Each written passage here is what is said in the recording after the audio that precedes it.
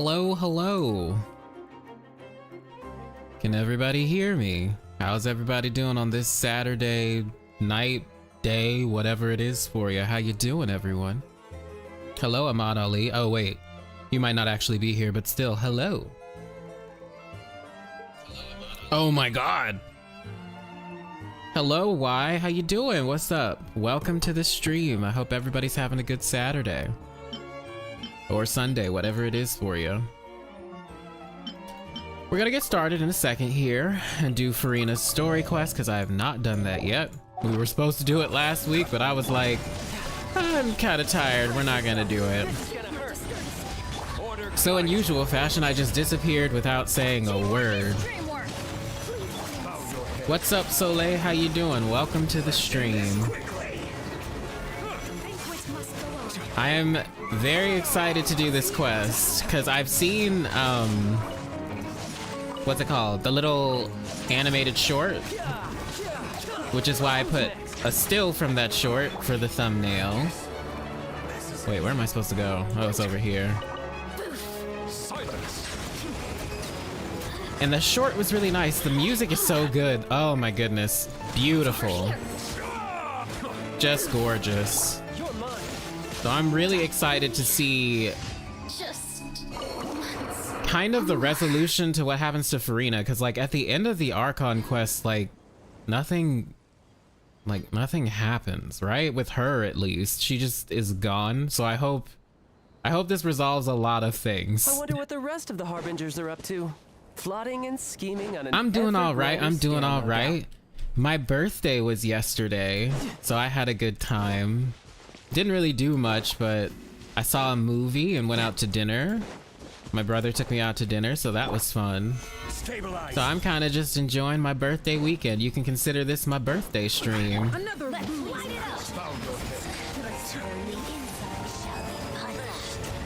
But yeah, I'm doing all right. What's up, Star? How you doing? Welcome to the stream. Happy belated birthday. Thank you. Thank you, thank you. You know what I'm pissed about? Which, it's a good gift, but if my brother's watching, which he probably isn't right now, but I'm pissed because he got me a PS5. He bought it, and I was like, why did you buy this? Why? Like, don't trust me, I was gonna get one eventually, like at some point, but like, why? I don't know. Because, you know, Kingdom Hearts 4 is gonna come out on the PS5, so I had to get it. Kingdom Hearts is my favorite video game series, so I have to prepare for it. Lane, welcome to the stream. It's your first stream, or Lana, excuse me. Oh my god, I misread that. But welcome to the stream. I'm glad it's your first stream. Hopefully you have some fun here. I want it to be a chill, easygoing time. We talk about lore and, you know, do some story stuff, so it should be fun. But let me finish my dailies before we actually begin. Which I'm almost done with. Hello, Ciarla, how you doing? Welcome to the stream. Welcome back, welcome back. Vega, it was your birthday too? Oh, happy birthday to you then. Birthday twinsies. November is the best month. It does seem like a lot of people are born in November though. All right. Just give me a second. I'm setting stuff up in the background as well as I'm like running. I'm trying to get situated here. Oh, I still have not gotten FURINA, and we need to do that at some point, but I only have this many primos, so I can't even pull for her right now. But we gon' get her. We are gon' get her one way or another. If you guys weren't here for when I streamed the Archon quest, I also pulled for her then, but immediately lost the 50-50. She was like the first 10 pull that I got. I got a 5-star, but it was Dia. I like Dia, but damn. Damn, was it disappointing. This is order.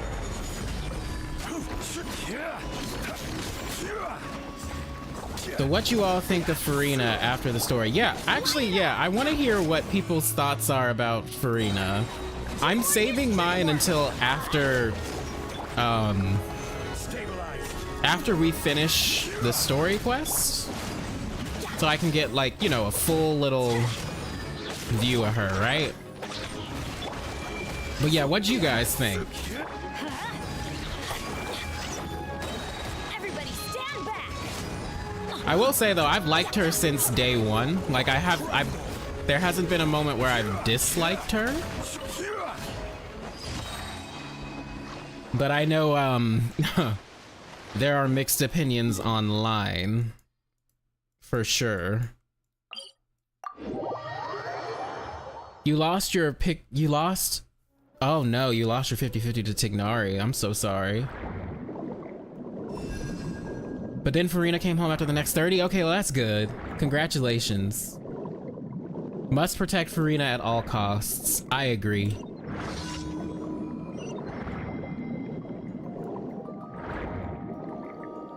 Star, you love her? What's up, Panda Pal? How you doing? Welcome to the stream. Welcome back.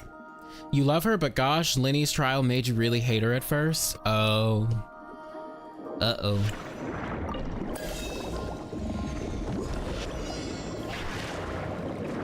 I mean, like, I guess I can understand why people wouldn't like her to a certain extent. Because her behavior, I feel like people who might not like her may not like Fischl for the same or similar reasons. Maybe if you hate types of characters that act the way they act. But after learning, Furina only did that because it was all an act. I wonder how people's perspective changes. Oh, Soleil, you're right. I didn't have to do that. I could have just done the quest. Crap. I keep forgetting that we don't have to... I don't know how I forgot that. I literally don't do dailies, usually. I just explore around, but since we're on stream and we're supposed to be doing the story quests, I didn't do that. But yeah, I could have just done the freaking story quest and gotten all my commissions done. Oh well. Let's start. While we're talking, let's just go ahead and start. Oh yeah, I still have Baiju and Diaz quests to do. I have not done them. The Little Oceanid, is that a Little Mermaid reference? Probably. Hey Catherine, it's us. Got any new commissions? Specifically one with a huge more attack, perhaps? You didn't have to be so direct. The more lucrative, the better. I like that one. We're worth it. For quality work and speedy results, choose Paimon the Traveler. Oniony, what's up? Welcome to the stream. You really appreciate her character after seeing, I'm assuming, the Archon quest. Looking for the next challenge, I see. Actually, we do in fact have a rather urgent commission that is You still liked her open. more when she was in the Having brat read the mode, details, however, but you see why they I didn't don't keep her believe that we'd way. consider it to Gotcha, be Vega. lucrative. Don't worry about that. Yeah, I like We're Amy just too. I kidding. like Fischl. So what's the situation? To put it simply, the requester is looking for Oh, a Panda, that happened to temporary you replacement actress too many for their musical. times. The original cast member ran into some issues. and Okay, is wait, I'm paying currently attention. unable There's a to perform the musical? role. But the troupe has also been experiencing some financial difficulties. So unfortunately, they cannot afford to pay the replacement actress. Okay. That does sound like a tricky situation. So basically they're looking for a volunteer? That's right. Our adventurers reached out to many actresses, but none of them were willing to take the job. Well, Paimon There are loves her only some a few days gold, left until the and performance. gold is the color of If they Mora. can't find someone in time, they'll probably have to postpone the show. And delays tend to create all sorts of new problems. Got it. Oh, this one's a doozy. What do you think, Traveler? Any ideas? Even if we took the commission, neither of us have any experience starring in musicals. Very true. Catherine's VA sounds different to you? Interesting. Because from my understanding, I think the lady I'm so sorry, I forgot her name, but I think the woman who voices Ayaka voices Catherine too, right? At least in the English dub. If I'm not mistaken, somebody fact check that. If you're interested in helping, why not start by Like having a chat with the tone-wise? requester? Interesting. He's right over there. Maybe you can't fill the role yourselves, but you might be able to help him figure out another solution. Maybe there's something he hasn't thought of. Maybe they told her to It's that do her guy, voice huh? differently, I don't know. No wonder, he looks like he just ate a sour lemon. Got it. Paimon approves, let's go! That's true, Star. It has been a little while since we've heard her voice, I think. Hello there, are you the guy looking for a new actress? Lana, they do share the same Wait, VA, that's what I thought, I know okay. you two. Are you really willing to act in my musical? Wow, sounds like we're pretty famous in Fontaine already. But to answer What's your up, Fernan question, Finor? How you none of us doing? have I any hope I experience pronounced in that right. musicals, But we welcome have back, heard I've a seen bit you of a here line, so before. we figured we could at least try to help you think What's of a up, Hermes? solution. How you doing? Ah, I see. It's okay. Welcome back to I you knew as that well. asking for a volunteer was a long shot. If we can't find someone to step in, we'll have no choice but to cancel the show. It would be such a shame. Can't you cover the budget for a new actress with ticket fees? That's the thing. We're not some high-profile theater troupe, just a group of amateur enthusiasts. So you're poor. All Got our it. sets and props are very crude. We're grateful enough just to get an audience, never mind ticket fees. If we had a way to make this profitable, things might have turned out differently. But now, it looks inevitable that we'll disband. Disband? You're splitting up the troupe? Oh, I guess the lady Paimon at the surprised they're Adventures Guild famous didn't after tell all you? they've done during the Arkham Yeah. Quest. I mean, This yeah, why supposed is to she be our final surprised? show together as a troupe. One last show. Why? And after that, we go our separate ways. So we were really hoping to end on a high note. Nobody wants things to just fizzle out. Not after all the time and effort we've invested into it. Catherine mentioned that one of your actresses can't make it. Yeah, the leading lady, in fact. She's been Uh-oh. dealing with a chronic illness ever since childhood, and unfortunately, it flared up again recently.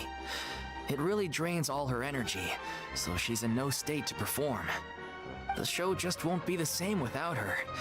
But for everyone else's sake, I still hope we can find a way to hold the performance on schedule.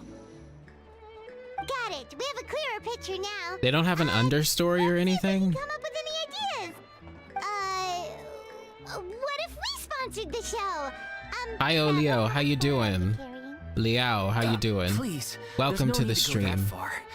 I wouldn't feel right asking such a huge I love this favor. quest for the characterization of Can't Furina, promise that we'd even ever if be it's able to very pay you light back. on lore. Ooh, okay. So it's light on lore, interesting. Mora isn't the biggest problem. How do we find someone who's a good fit for the role? Good point. If the actress just goes through the motions for the Mora, that's not exactly rescuing the show. We should find someone who will put on the best performance possible. Furina, she put one on for 500 years. You know who? Great minds think alike. I was just thinking that. Also, reminder, Paimon hasn't been there in the Furina play of Drama and Sadness. A lot of players didn't realize she hasn't there. Wait, what? That's how you know we're the best of partners. Anyway, she Oh, should have you all mean the that Paimon was success not right present now. for everything that happened in her mind. Yeah, she wasn't Good there. at performing, and she was once super popular with the crowd. Performing in a musical should be a piece of cake for her. Who are you thinking of? Sounds like someone famous. Furina. Her? You're... That was a joke, right?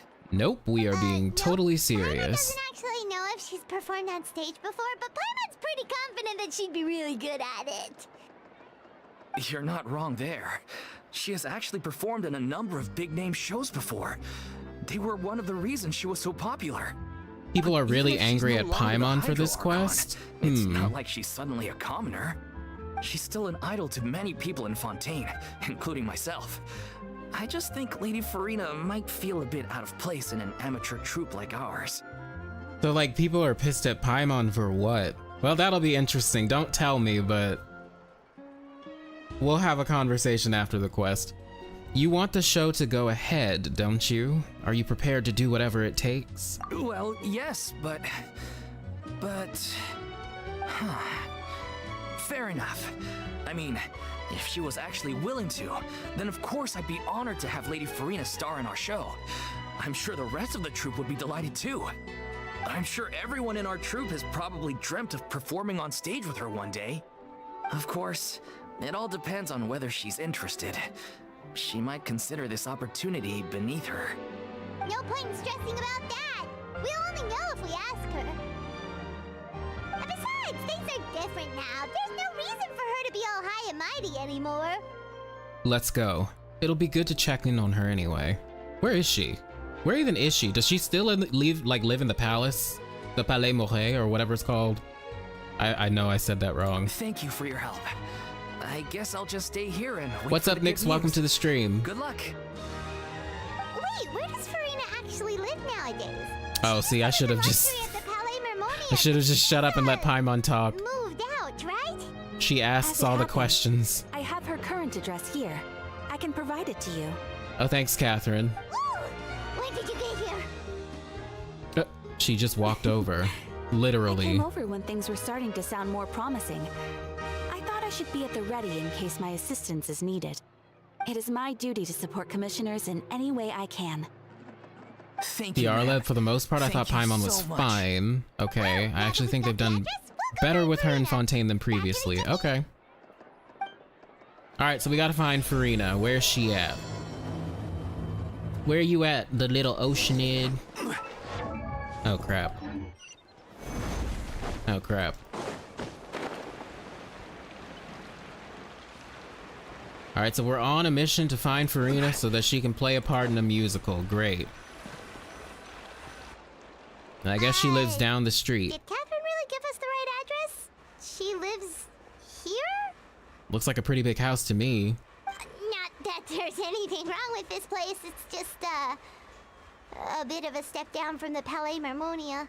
It's still a nice house. Be You quiet, know, Paimon. It's common courtesy to make sure the homeowner isn't an earshot when you're denigrating their abode. True. Ah! Okay, when did Right. popular opinion Furina's gonna be become all the way? doxxed. First Catherine and now you? I was just out on a shopping trip. I ran out of macaroni. Hermes, she so I never went leaves to her grab a post. It few more confused me so bags. much to see her out. Oh my goodness. I used to have a much wider range of choices when it came to food. Catherine But is now glued to I'm her finding that desk. simple, traditional home cooking can be quite delicious too. Wait, she's eating macaroni every day? Relatable. Don't you get sick of macaroni every day? Not at all. As long as you have different kinds of sauces in, you can have macaroni and tomato sauce one week, She's macaroni right. and bolognese the next. She's right. Oh, sounds like you're really struggling to cope. Is it because you have to do your own cooking now? Or all your own cooking now? She's a university student, How basically. rude! Questioning my cooking skills. The audacity! It's not like I have a very eventful life these days. Actually, I barely leave the house. So I don't see how it's unusual that my meals are a little simpler now too. Besides, I'm sure I could master dishes like la lettre faucilor or blubber profiteroles in no time, if I felt so inclined. Ah, there it is. You don't know how to cook. Not yet, maybe, but... Anyway, what are you even doing here? I do hope you didn't come here just to ogle at my fall from grace. Let me first be clear that I'm not taking guests at this time. So if you're just here to clown around, then please be on your way. Shoo! Sorry, we're sorry. Please don't be mad. Paimon was just showing concern for your well-being. Yeah. Furina knows how to exactly. cook, I'm Like shocked. Catherine said, Paimon Well, it was seems like she only knows how to cook macaroni, or things as simple as macaroni. Can't be holding back either. She sounds exhausted. I felt bad. Yeah, like, I feel bad. She's clearly, like, going through it. I mean, I would be too after what happened. That's not important. We actually came here to ask you for your help. My help? Well, maybe Furina you're and A would be forgetting that besties. I'm They no would be, especially longer since the A mighty likes Hydro desserts and Archon. Furina likes tea I and don't even have a cakes. vision, you know. They would be Don't worry, besties. It's nothing that serious. It's just very specific, and you're the one with the power to help. Mac and cheese isn't Furina's main dish, it is cake. True. If not you, then no one. You're the only person for the job. Oh? Well, if that's the case, then fine. I'll spare you the lecture about your attitude just now. So tell me, what specifically makes this matter so specific? You tell Furina about the troop's plans for its final performance. I see. I knew you couldn't have come all this way just to amuse yourselves at my expense. High blood sugar besties, After all, basically. I was once the brightest star in all of Fontaine, well versed in all the various performing arts. A mere musical is well within my capabilities. Furina can cook for A, right? Don't let A near any Given sort of the kitchen. present circumstances, Farina I'm will bake afraid all I the must cakes, all the regretfully sweets. decline your casting request. How come? It sounds like this would be a breeze for you. True, but I have made a decision to retire from the stage. No. Although I am no longer required to play the role of the Hydro Archon, the time I spent inhabiting that character has left an indelible mark on me. Centuries of pretending to be a different person changes you completely. I'm not the same person I once was. Of course, that can't be undone Are you who you now. really are? It's too late, and I have no intention of reinventing myself all over again. But at least I can say that I no longer desire to play any new roles. And that is completely understandable. Like, I wouldn't want to do that either after 500 years of putting on a performance that gave you... It was basically a torturous existence. Like, why would she want to act again? I totally understand her. The only thing A cooked was Senor... Oh my god. I mean, yes. And that wasn't even her, but her puppet. Well, I mean, after A's second story quest, A said that the puppet was now her, so I guess she did kill... Oh my god. Okay, anyway, so that's how you really feel. Paimon can understand, but this is just a one-off part to fill in for someone who's sick. Surely that's okay. Whether Maria, it's a one-off or welcome to not, the stream. it's a boundary that I've committed to no longer cross. If I make an exception to the rule now, And the result of I'm that cooking was her just leaving a ashes. black Oh my mark for god, y'all myself, stop. Which would be the same as not having a boundary Stop. in the first place. So I'm not going to perform, and that is that. Okay, guess there's no convincing you. Oh my god, y'all are Is there anything else we can do to only help out cooked the Senora group? and still Otherwise, burned we'll the just have to dish while she disband can't without cook. any fanfare. Do you know any other actors who might be interested Oh my in the god. Nope.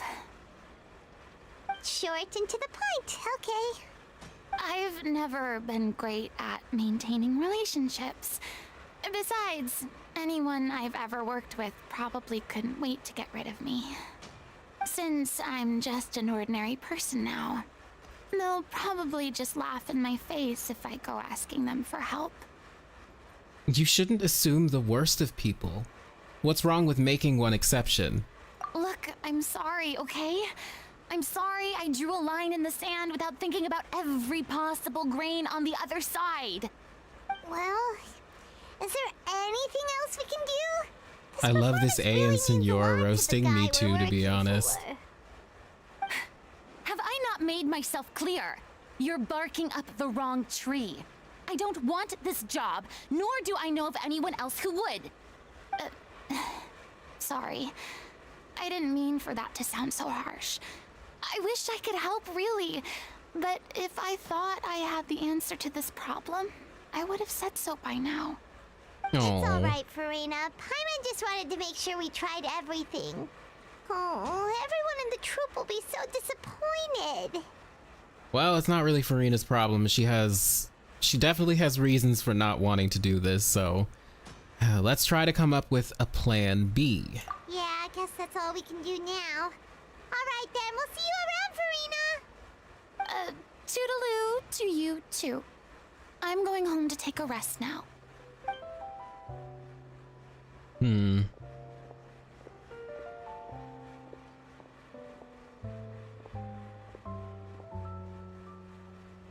Yeah, Paimon, don't force her. Thankfully, she didn't at the end of the day. Oh, we gotta go back and talk about Furina's views? Is that what that said? Too bad, but we have to respect Furina's decision. Oops, sorry I cut Paimon off. I'm sure many of you do not care. What's going on? Are they arguing?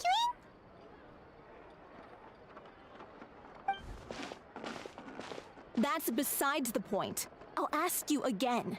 Why did you start looking for a replacement without my consent? When did I tell you I'm going to take a step back? You didn't need to say it. We've known each other for how long now? We know the signs. But you never tell us about your illness, even when it's clearly flaring up. And that gives you the right to make a decision on my behalf? Well, Shortly after you left, the troupe's lead actress came to the Adventurers Guild. She believes that she's healthy enough to perform.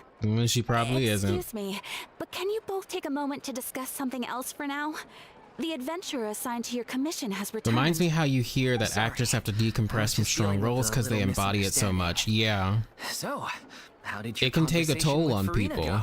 Imagine doing it for 500 years and not for just like a 3-hour film. Having it. She doesn't want to play the role for personal reasons. I see. Well, circumstances have changed a little, so maybe that's not such bad news after all. You see, our leading lady has just informed me that she's well enough to make it to the show after all. Staging the musical with the full original cast was always the dream, of course. Oh, right! Sounds like everything worked itself out then. Imagine if we had managed to convince Furina to join, only for her to find out she's no longer needed. Yeah, that would have been bad. Yeah, she'd be livid. We'd get the scolding of a lifetime. Jeez, is Lady Furina really so harsh with people? Only joking, calm down. So, guess we can consider this case closed now, huh? No, not at all. That we failed to complete the commission? We were still racking our brains for ideas on the way back here. She's not fit to perform. Look, there's no point arguing with you about this anymore. You've made yourself very clear, so I'll stop looking for a replacement. Well, this is gonna be a disaster. This is the last chance we have, though. If your illness flares up again, there won't be time to find anyone to replace you. So, are you absolutely sure you'll be able to handle it? The whole team is putting everything they have into this final performance. We have to make sure it goes ahead. Yes, I'm completely confident. I've been taking a new medication from the doctor, and it's working brilliantly. I'll definitely be able to tough it out until the performance day. Uh-oh. I share everyone's desire to commemorate all our years. Parking as a at tree, troupe no with a parking at proper trees. We farewell have show. parking at Father, So, she the is last hot, thing I oh want god. is to Or be Ashes of left a out. Dead Witch, oh my Every goodness. one of us thinks of this troupe as their home, myself included. Girl, you about to sabotage I'm sorry. this. I let myself get too worried about the show.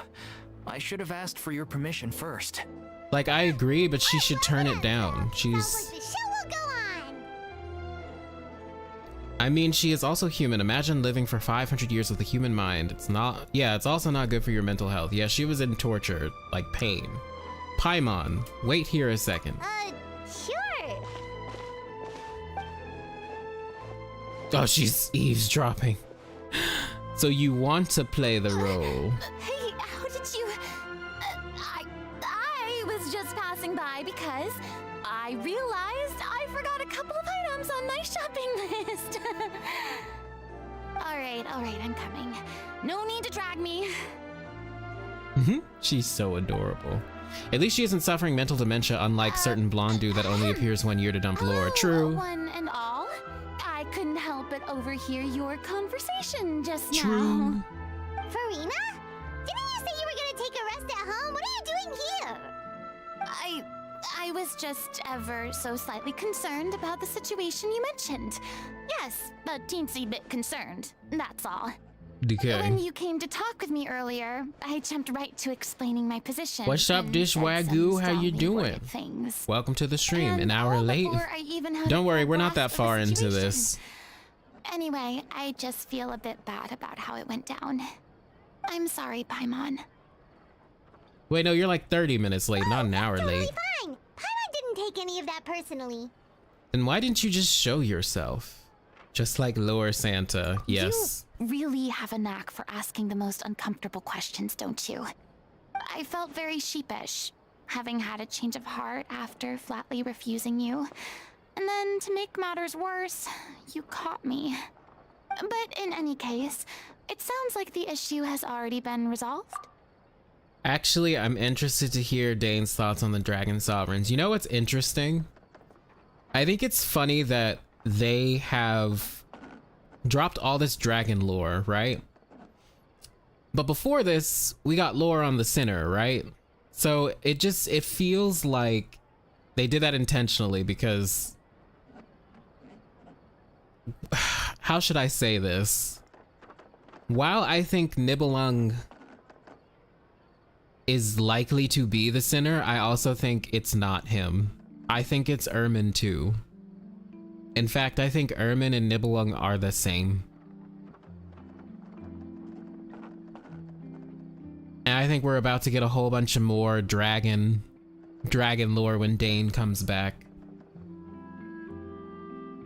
And also more Conria lore. And hopefully more insight onto what Dane's job was as captain of the Royal Guard. I just want to hear Dane's thoughts on anything at this point. Me too. Just pop up. I thought Nibelung could be the third descender. An interesting idea, but personally, I don't think he is. I don't even think he's the second descender. Well, technically, well, okay, it's complicated. It's a complicated conversation for me. My mind went to Deshret with the Sinner at first, but now I'm not so sure. I don't think it's Deshret. It might... Oh, this is such a complicated conversation. I think that Deshret and Ermin are parallels of each other, though. But I also think the Sinner might be some sort of hive mind. So maybe Deshret is part of it. I don't know. I mean, I do know. I'm not saying anything because I have a video about this coming out soon. So you'll see all of my thoughts on all of this, including on the third descender, because I added that conversation into my Conria video, which is coming out very soon. I have exciting announcements to make in like a couple weeks. Big things are gonna happen on this channel, so be ready for it. We're coming up on the anniversary of something very special, so I hope people are prepared. I hope people are ready. Maybe they experience the opposite of the sibling. Maybe. That's a possibility too. Sun and Moon Part 2? I don't know. You'll just have to wait and see.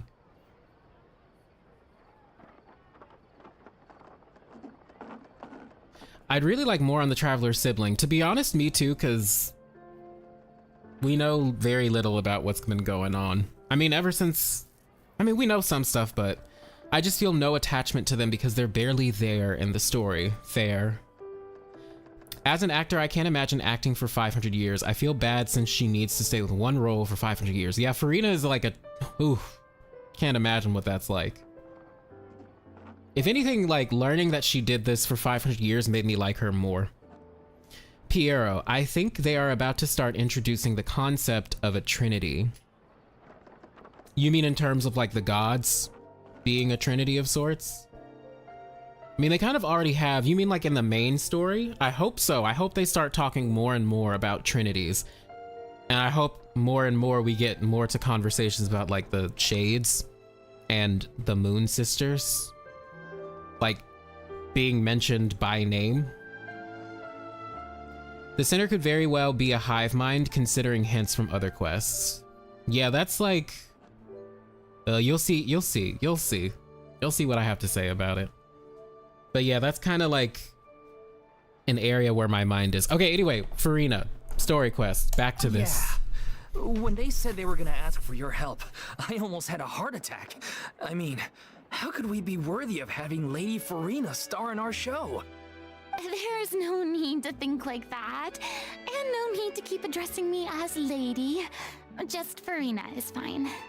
I was wondering, if this troupe is so important to all of you, why does it have to disband? If the difficulties are purely financial, then there must be a solution. You could put the shows on pause while you look for a sponsor, for instance. Everyone seems so devoted to the troupe.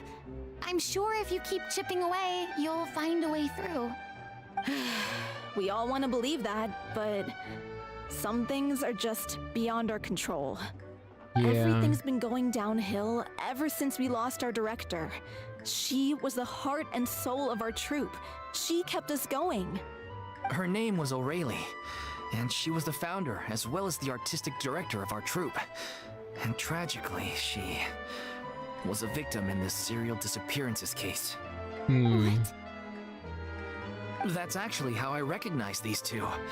It was all thanks to their efforts that the true culprit was brought to justice.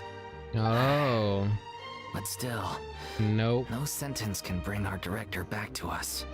She was a loyal fan of your Oh, performances. that reminds me of Malus and Miss Silver Farina. dying. Now I'm They depressed. were what first inspired her to get into musical theater. She rallied many people around her who were destitute or had lost their sense of purpose in life and convinced them to join her troupe.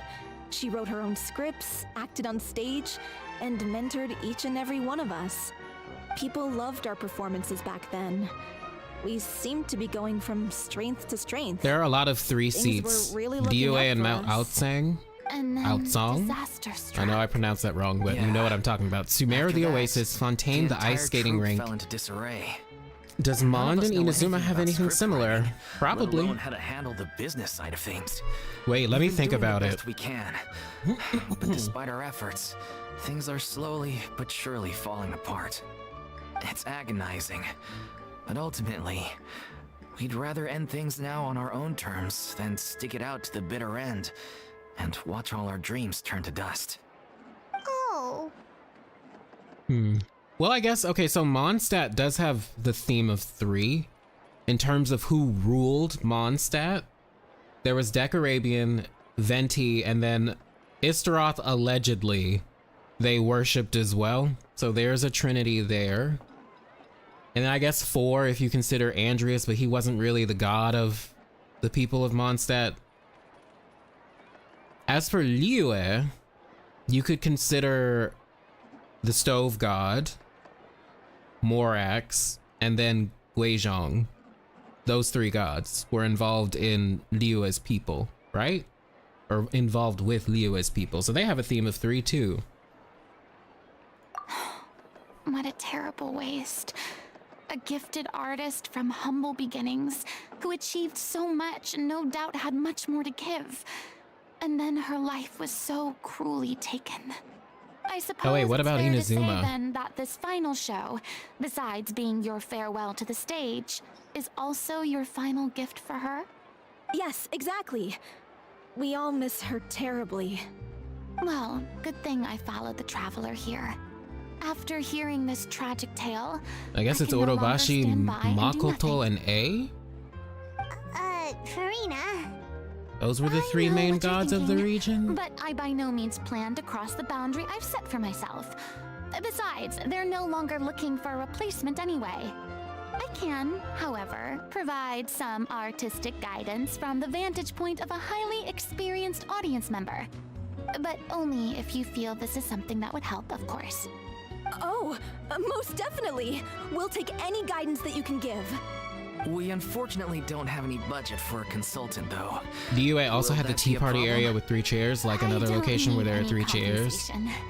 All I'd ask in return, if you're willing, is that you tell me some more about the life and work of your late director. Something I've begun to A realize did have since 3 my departure friends. from the Opera Epicles is that there's a lot you don't see when you observe everything from on high. You right. The law only The Oni judges lady, criminal behavior the one and does not Tengu weigh dude, human and then the emotion. Kitsune The Saigu. court's verdict can settle the question of criminal liability, but what about all the unresolved emotions of the parties involved? What happens to them? A verdict can bring emotional catharsis. They come pouring out and flow away into infinity. That's interesting. An interesting answer. But if you ask me, I think all emotion shall ultimately return home to the heart and slowly settle with the passage of time. Take Like, for example, how this troupe finds for their late director. Things such as this I have never witnessed before, and so I should like to observe, perchance to understand. That's such an interesting thing that she just said, because we know, for example, like in Fontaine, all waters flow back to the Fountain of Lucine, right? And then they converge. Irminsul, in a way, is the same way, in which it absorbs, like, everything goes back to Irminsul. All the memories, the elemental energy, it all seems to be absorbed by Irminsul. What's interesting is, if you also remember, in the R&R story quests, which I know it's hard to remember since it was like 8 fucking hours and there were a ton of them. But do you guys remember when they talked about the Ad Oblivion? Like the wind that destroys everything, the 1,000 winds. Essentially, it was basically implying the 1,000 winds. But the R&R who was talking about that made a connection between waters converging into one source. And I just find that that is so interesting. Anyway, my Istaroth conspiracy theory is done right now. Let me read comments. So Furina is now permanently in her Usia state since she's lost her divinity. I guess so. So her Numa was like the divinity, and then she, the Usia, was the human part. So Numa is quite literally celestial power. Maybe. Pure white. Interesting. It's interesting because the color white is associated with things like doves and things like Snow White, or perhaps a pale princess. Okay, anyway. Also, I feel like new books in Fontaine tell us about that I don't remember. Wait, what? Have you done the new Ordo quest? Yes, I have. The one with Renee, Carter, and so on. Yes, and it gives me a new perspective on Descenders. Also, by the way, because I realize, and I kind of thought before, but I realize now that being a Descender is more than just not being from Teyvat. I think it's more than just that. But okay, we'll talk about that later. Anyway, continuing. Still a fan of your old dramatic monologues then, huh? You just want to get back in on the action, don't you? No. This is a completely different situation. Pearls before swine. The name's not Swine, it's Paimon! Would you be willing to join me? Come on, take a break from adventuring to listen to a story. That's so sus to me that she called her basically a pig. You know what else has a pig? The Boar Princess. Okay, anyway, since it's you, I'll do it. Especially since it's related to the serial disappearances case. Thank you all so much. Our director was a huge fan of Miss Furina's Have I done the performances, Fairy and as, of Araneus course, quest? we all are. I did. All right. I Follow did? me. We'll go to our usual practice space. But I don't know if Please there's excuse more the to size. it. It's a little on the smaller side. Like, I helped her clear out the stuff, but I don't know if I'm quite done with it. It said that I was done, but I don't know if there's like a second part to it. Because it just ended in a weird place.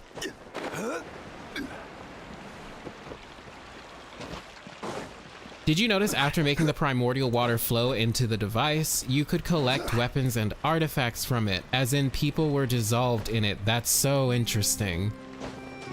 Okay, so there is more to that quest, then I'll have to go back at some point. Cause like I thought it ended in such a strange place.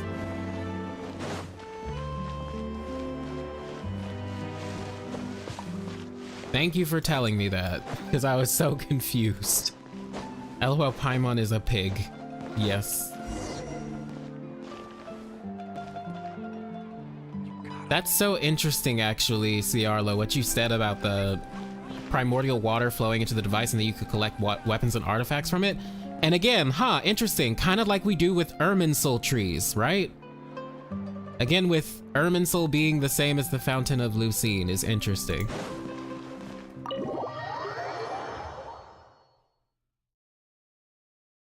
There definitely is more to it overall, because this shows that melazines can come from other dragons' bishops. Wait, okay, no, that I kind of surmised that because the melazine's eyes were like literally the same as the bishop's, and her coloring was the same too. So I kind of thought a bishop turned into a melazine, Allow me to explain. but it was never explained in the As of quest. today, Miss Furina will be supporting our production of the Little Oceanid in the role of artistic consultant. These two over here are the ones that made it possible. They kindly reached out to Miss Furina on our behalf. I'm sure they need no introduction. You bet. But she was just is literally just bishop reverse. Oh my You helped bring our fucking director's god. murderer to justice. We can't thank you enough.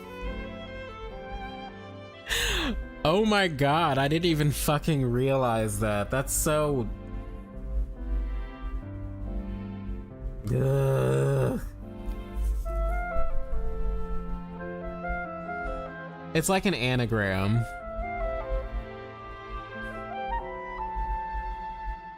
Yeah. I did not realize that. Okay, anyway. Oh, please don't mention it. We're just here to join in on the fun. So you were saying the Little Oceanid? After the quest, you can find Yeah, bishops in that's the name of our Fontaine. final Interesting, show. where? It's an unfinished script left behind by our director. One of our greatest regrets is that she never got to complete Also, the it. visitor is probably So Nervillette. if That we would can make bring it to the sense. stage and make it a successful show. That we would can make all a ton take of some sense. solace in that. Wait, but if it's not finished, then... Finding an actress was the least of your problems. Yeah, it seems like this troupe is... Y'all ain't got no money. You got an unfinished script, like what the fuck? Yeah, we've been battling issues on every front trying to realize this dream. Anyway, let me give you a quick summary of what the story's all about. The protagonist of the story is a young Oceanid who transforms herself into human form, despite the protests of her family. She longed to live just She's like my favorite any melazine other so far, human. so chaotic. And Yeah, sure she's enough, very all over the she place. found friendship and The even bishops are in the love. same area as the Everything quests. seemed Okay. perfect. So like in But the one Arrhenius day, Forest, Statue a of the true Seven. identity was Midnight Bunny, exposed, welcome to the stream. The and bishops world also came don't attack you crashing down unless you're around her. aggro, or you So aggro them far, first. So good. Aw, they're friendly. Classic tale. What I feel like happened this is after a that? prelude. And that's one of the issues we've been trying to deal with. Unfortunately, this was as far as the director got with her script. Sorry, we're gonna pause again. I feel like that's a prelude to Notlon, right? Since we just learned that the bishops in Notlon are living in coexistence with humans and might like be human. So like to have a melazine that's actually like a bishop, I feel like that's like a reference to probably Notlon. You know how they like to do that shit in world quests. We need a proper ending so we can bring this musical to the stage. But people have different opinions on which direction to take it in. We still haven't decided between a happy ending or a true-to-life tragedy. By true to life, you mean the director's sudden disappearance? Yeah, like they say, truth is stranger than fiction. But then there's the question of whether we really want to use the stage to pass our raw pain onto the audience. Exactly. A lot of the time, people come to watch a show just hoping for some light entertainment. We have to consider their emotional stake in this, not just our own. And one last I mean, if thing. it's a sad opera, We're then it's a still sad waiting on opera, confirmation from two right? of our main actors. Like not all The plays first are is happy Paulo, ones. who plays the protagonist's lover. He's locked himself away to focus on writing an ending for the script. But the deadline's passed, and we still haven't heard from him. The other is Villemont, who plays the main antagonist. He took the director's death pretty hard. Hasn't set foot in the city since. He did write to us, promising that he'll be there for the final performance, but we haven't seen or heard from him since. So we're not really sure what to make of that. So like, I know that I like probably annoyingly talk about like parallels and shit to like the primordial one and stuff. We're gonna talk about this very, very soon, but I kind of feel like this is a parallel.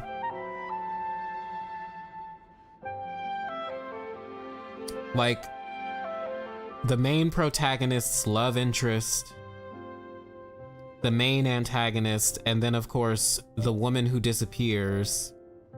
I feel like it's okay. Anyway, I'll parse through this later and then deliver this to you in a video form. Huh. Although, now that we have Miss Furina helping us, maybe we should take the opportunity to get everyone back I'm pretty sure together. most plays are not happy. What opportunity? What do you That's mean? true. A lot of them are not. Maybe you're unaware, They end in tragedy. but your name has always been like a rallying cry for us. Our director was constantly singing your praises. All of us look up to you as a role model. Oh, stop. You're making me all flustered.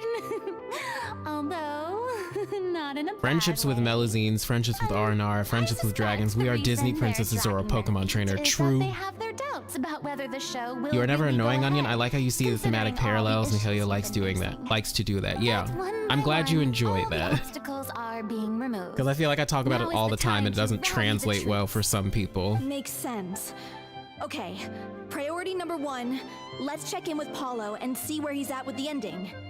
He went back to Poisson a few days ago, said that staying in a friend's home might help him to relax and escape the feeling of isolation. I thought the last thing his friend would want right now would be to take visitors. Given that I was Poisson literally was just flooded about not to too long say ago. that. But Because I guess it's the Poisson opposite. was flooded and a whole bunch of friend in people need and all died. that. Yeah, maybe he could use some company. Poisson. Oh, right. I'm sure Furina doesn't want to go there either. You're able to spot things that some of us completely miss. It's great. Well, I'm glad you guys enjoy that stuff. Also, literally, the plot of Fontaine was bigger Bottle Land. Basically, yeah. Is something wrong? Nothing. I suppose my presence will be indispensable if we are to restore his faith in the show. So, allons-y. To Poisson! I like that she speaks French sometimes. This is a cute room, by the way. Holy crap. Pressure's on now. We gotta make sure we're fully prepared. Oh. Oh, these are cute little props. You're off to Poisson to find Paulo, right? Have a safe trip. We'll take care of the troop while you're gone. Cool. So official of her, right?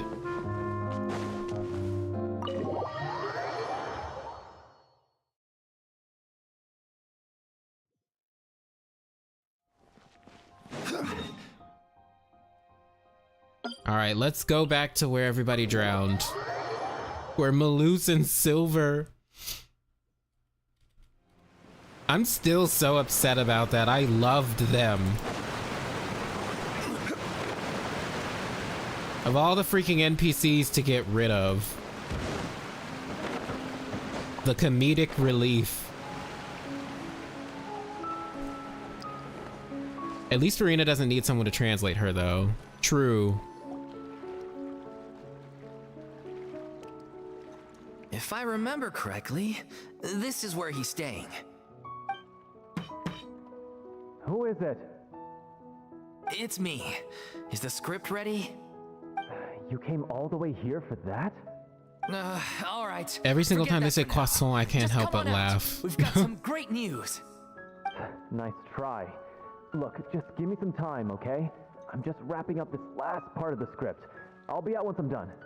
Okay then. Looking forward to your masterpiece.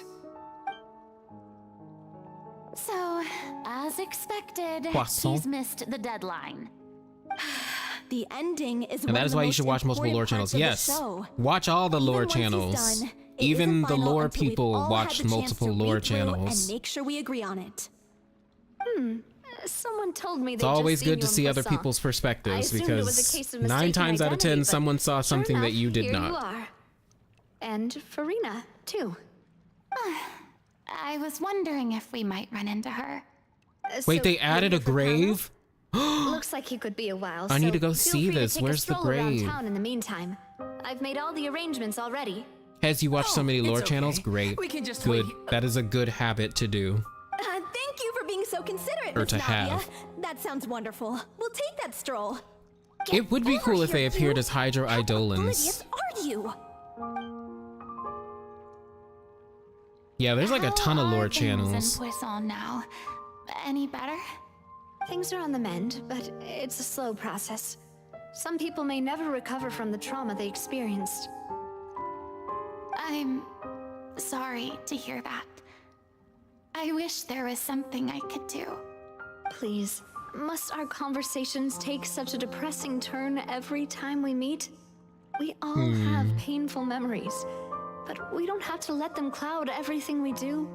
Yeah. And if you're trying to make a new start, perhaps it's best if you don't bring up the past all the time. Thank you for your words of comfort. You make a very good point. But for now, at least, I think I should stay with the way I'm feeling for a while longer. It's okay. These things take time. Moving on from a painful experience is easier said than done. Lately, I'm seeing more Spanish-speaking lore channels. It makes me happy. Cool. I thought you should probably know that not everyone here is ready to forgive and forget after the Hydro Archon's That's something else that I like. Catastrophe. I also like trying to see other lore channels from like other and that you countries. Are just an actress playing the role of Furina. It's not a perfect solution. Because again, like there's so many things that just here. different people can see, and it's nice to look at all the perspectives. Well, what do you expect? I am the courageous and considerate president of Spina di Rosula, after all, like my father before me. Anyway, that was all. Look after her now. Got it, Navia. Thank you. Thank you, official of fucking Fontaine. Let's take a look up there.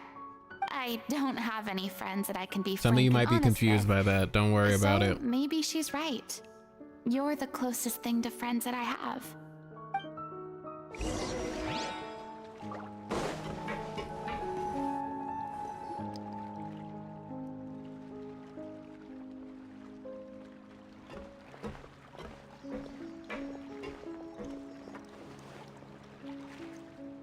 Uh-oh. I'm so grateful that Miss Navia was so understanding.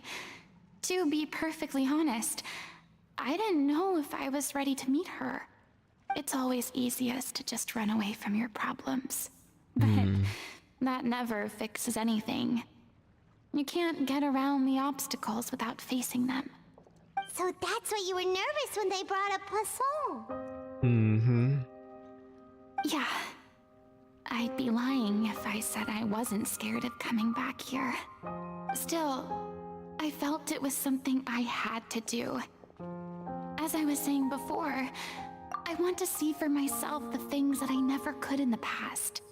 I like that people in Poisson aren't happy to have Furina there because of what happened. Unlike Inazuma, where I was disappointed there was nothing.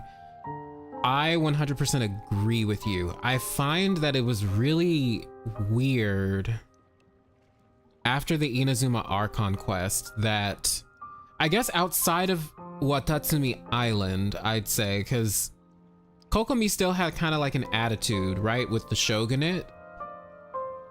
But there was like a weird, I don't know, it was just weird. I kind of just wish A caught more flack for what she did. Also, did anyone kind of find it hypocritical that she like punished the other commissions, but it's like, where's your, I don't know. Oh, don't get me wrong. I love A, by the way, because she is a perfect character, not for the reasons you think, but I appreciate what they did with her. But yeah, I agree with you, Ciara. I agree. Anyway. I'd be overjoyed if the people here could find it in their hearts to forgive me. But they're more likely to unleash a tirade of vitriol against me. Which, of course, I completely understand and accept. I'm sure some people didn't buy Navia's lie. Yeah, I can tell people are watching me.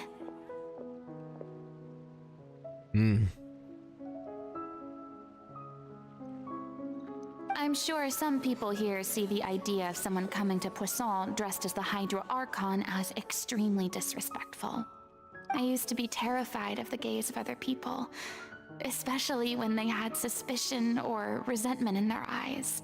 Hey guys, remember how I said, maybe you guys remember from like the past couple of streams, but I think that Poisson and like the Flux Centre, Spina di Rosula, all of that is like a parallel to Conria. So imagine the Hydra Archon, aka Furina, as like the heavenly principles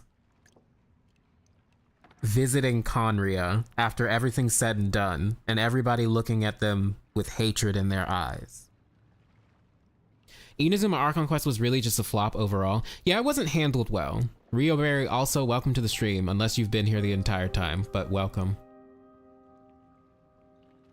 Yeah, it was shown that she was still feared, basically, and that was that. I don't mind overall, I just don't like how Inazuma was handled. Yeah. It's very disappointing because we could have... Well, okay. I like Inazuma. I like Inazuma's lore. I don't like how they handled the Archon quests. But A's second story quest was beautiful. Enkanomiya was beautiful. And a lot of like just Inazuma's lore in general was really good. But a lot of it was mishandled.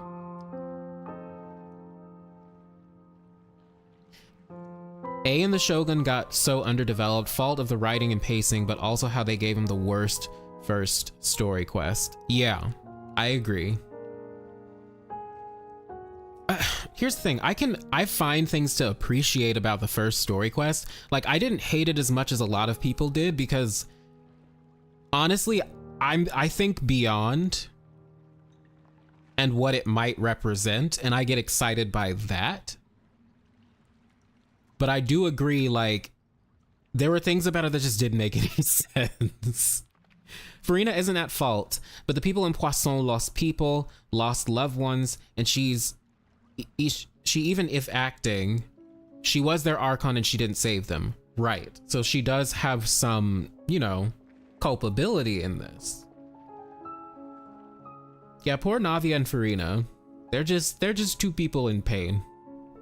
Kokomi also needed more time in the oven. They talked her up so much about how brilliant she was. We get a little scene with her and don't see any of... Yeah, I agree with that. Like, Kokomi can't even delegate, takes on too much, then passes out in a cave. Yeah, like, her story quest was boring to me, but I can appreciate her as a character. Inazuma's lore, world quest, and exploration were 10 out of 10. I agree. I really liked it from that perspective.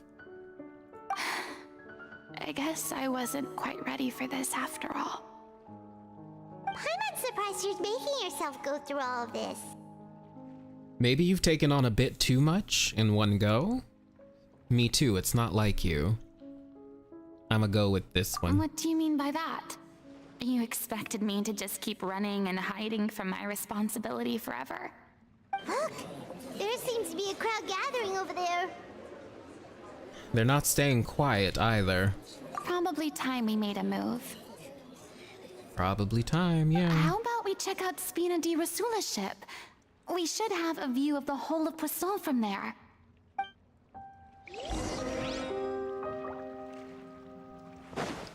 Yeah, maybe I didn't notice in Kokomi's case because they bring her back in events. Yeah, they do. They do bring her back in events, like the Bottle Land event. And then she was in the 3-round Gateway event, which was a really good event. So yeah, she's like had time to...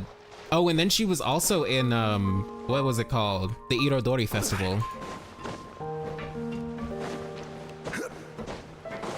Inazuma needed us to fix every island, and some took 5 days. It was a little annoying, but I get why it was done like that. Yeah, that's true. That's true. I agree with that. I can see that. Fontaine is just sadness. Yeah, it is, basically. It is. It really is. I'm really thankful that the writing gets better after Inazuma. Yeah, like... I've said it before and I say it again, but like after Enkanomiya and then A's second story quest, I just feel like there was a shift in the writing for like the better. Now, I still think there's superfluous dialogue in the game that they can definitely cut out. Shut up, Zhongli. But yeah, I agree. It's that meme with the horse. Basically, yeah. Kisa, welcome to the stream. Welcome to the stream. You might have been here already, but still welcome to the stream. Did she have a good part in that desert event? Yeah, she had a pretty interesting part in that. Like, she was just as active as the other people. Water region all about tears, basically. Continue accompanying Furina as she unwinds. All right, we got to go all the way up here. Also, I'm not really that hateful of a person. If some subjective product was bad, then it's just like, it is what it is. Not, oh my god, this just sucks. Yeah, like, I agree. You probably just wanted a relaxing I feel like stroll. I'm that way too. Like, I And don't... here I am dumping all this heavy stuff on you. We don't mind. It's actually refreshing to see a different side of you. I feel like I'm the same way, Wagyu, but like, I'm not coming for people who are like, oh my god, this sucks, because I think it's fine to express when you don't like something. But like, some people take it too far. Some people, not everybody though. This is why I want them to go back to the previous nations, give us compelling Archon quests in the first 3 nations.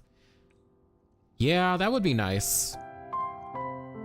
I really want to go back to fucking Mondstadt because, my goodness, it's been forever since we've been in a new region for that area.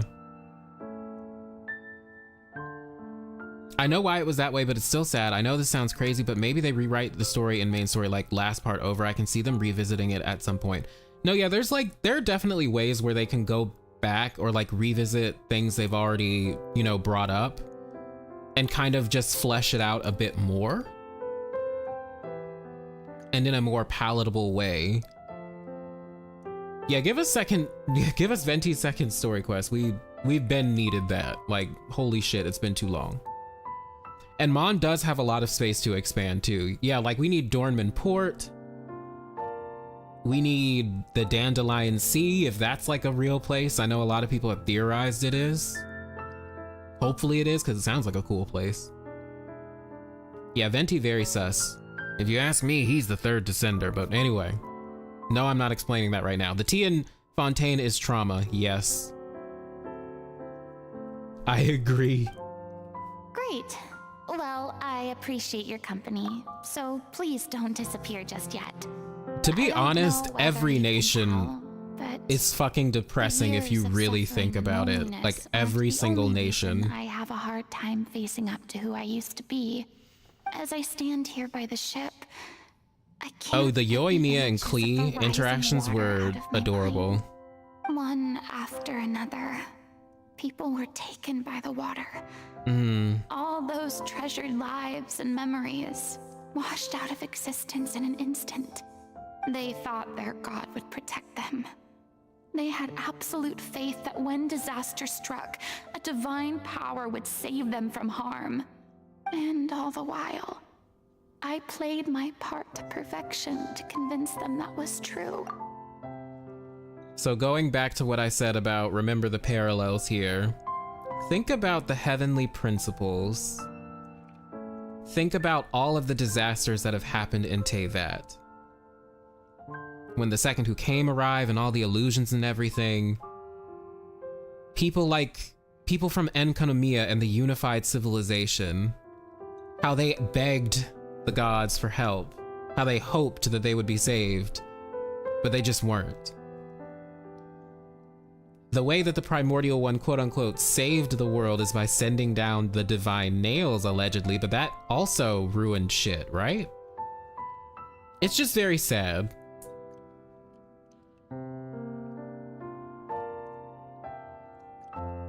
Then we also know the Sustainer is technically, well, we don't know, but we can assume the Sustainer is not the Heavenly Principles, because there's a difference between being the Sustainer of the Heavenly Principles and actually the Heavenly Principles, right? Anyway, I'm rambling at this point. But then the floodwaters finally came, and the Hydro Archon did nothing. And also view the floodwaters as like the abyss overrunning the world. You shouldn't look at it like that. You're only doing your duty. Don't be so harsh on yourself. I've had to go through so many moments like that for the sake of protecting the truth. As time went on, it got harder and harder to bear, and I became more lonely and isolated. Eventually, I realized I had nothing left except the truth.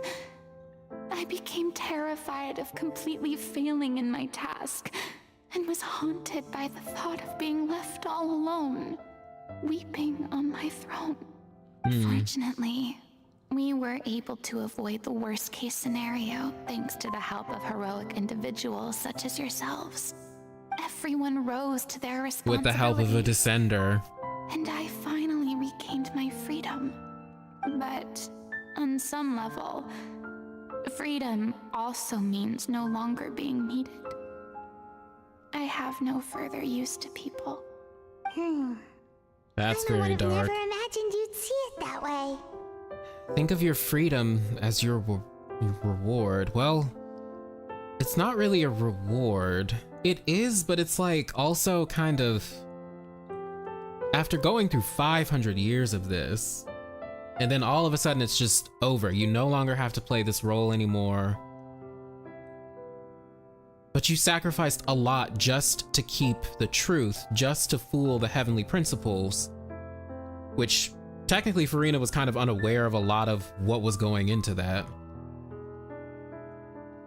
But still, she did it for her people. She did it to save everyone, and now she's just kind of on the street. It's very sad, isn't it? Very sad. This is what I liked about Furina's quest. Like, we're helping NPCs again, sure, but we're getting a lot of Furina's emotions and pain, which is what we need to see, especially after that Archon quest. That's what I'm saying, like, the Archon story quests need to be supplemental to, like, everything that happens in Archon quests. And that's what they're doing right now, which is great. The Sustainer is chilling somewhere, probably with some tea. Yeah, probably. Probably with Alice? Oh my goodness. Speaking of the Hexen Circle, I still have to make a video on them. I feel like Heavenly Principles is like in a coma, catatonic, sleeping. Not sure what the best word for it is. Interesting. Alice secretly being the shade of death, oh god. I find it funny Celestia wanted to punish Fontaine with a prophecy that would take up to 500 years to happen, instead of just striking them down. True. But also, well, do we know it took 500 years to happen? Because when was the prophecy made? It seems like it was made like way long ago. So it took like possibly thousands of years for it to happen. I think the Heavenly Principles went full Ruka Guoba. I agree with you to a certain extent. Depends on which Heavenly Principles you're talking about. No, I'm not explaining that. I just hope in Fontaine later on we get to see characters actually talk to each other. I was begging for them to talk more like Sumeru, but I was a bit disappointed. That's true. I'm sure we'll get a lot of interactions. The part where Furina was crying and smiling was the most powerful image I've ever seen. Yeah. There were a lot of good moments in Fontaine's Archon quests, I'll say that. Hexen Circle is just a gang of girl bosses, pretty much. Wei's latest video was pretty interesting. It theorized about the whereabouts of the Heavenly Principles. I saw it today. It's a very good video, number one. And I agree with a lot of things that he says. So if you have not seen it, definitely see it, especially for something I'm planning in December. Definitely see Wei's video. Definitely watch Wei's video. We don't know when it was made, but it's probably 1,000+ years old. Yeah, the prophecy seemed to be really old. Kisa, I saw there's new Griseo stuff in Honkai. Does anyone know if it had implications for Genshin theories at all? Yeah, what's going on in Honkai? I kind of tuned out after all the Project Sigma stuff. stuff. I kind of like tuned the fuck out. After, you know, Kiana like does what Kiana does and becomes the Herrscher of Finality and goes, woo, goodbye everybody.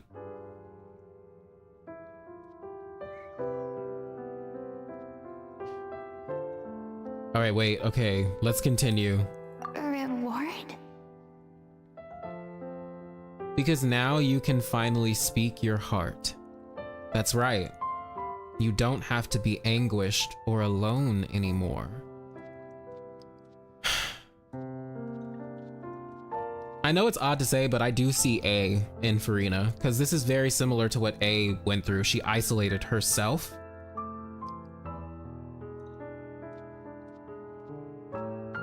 This is like a better version of what we should have gotten with A. I know the circumstances are like slightly different, but at its core, there are a lot of similarities between them. I guess so. And back then, I didn't even dare to dream about having someone to confide in. I was scared of someone recognizing me for who I truly was, and exposing the secret I swore to protect. Believe in the Furina you see on stage. She is the one you can trust. I had to keep all my feelings, all my curiosity about life to myself. No one could be allowed to know. That's what I really meant when I said I'm no good at maintaining relationships. So that's where you were coming from. Paimon totally thought you were just a bit of a diva at heart. I feel like what Paimon just said is how a lot of people in the community viewed Furina at first. You know what I mean? That she was just a diva and overacting and everything like that. A could isolate herself, Furina had no choice. So like, the way I see it is this. A isolated herself because of trauma. I feel like Furina was isolated by her trauma. The trauma that she experienced from like 500 years of having to play a part. And the constant guilt of also having to and want to save people. She couldn't. Well, to be honest, no, like Furina, well, technically Furina did self-isolate because Focalors and Furina are technically the same, but they're also not the same. So anyway, I'm not getting into that conversation, but you know what I mean, hopefully. A's voice line about Furina is pretty cute. Oh, I have to hear it. I haven't heard it. Traveler is a good therapist. Furina's voice line when it rains. What is it? Could you please get off my case? I don't know what's gotten into you today. I'm making an effort here. You could at least try to do the same. Actually, we'll look at the voice lines after this, because I do have A, Zhongli, and Venti, so we can look at them. The prophecy also only happened because Skirk's master's pet. Good point. Like, yeah, did Celestia know that Skirk's master was gonna like use the whale to basically cause issues? Did they let that happen? Or is it more they didn't know how it would happen? They just determined. I don't know. There's a lot of questions there.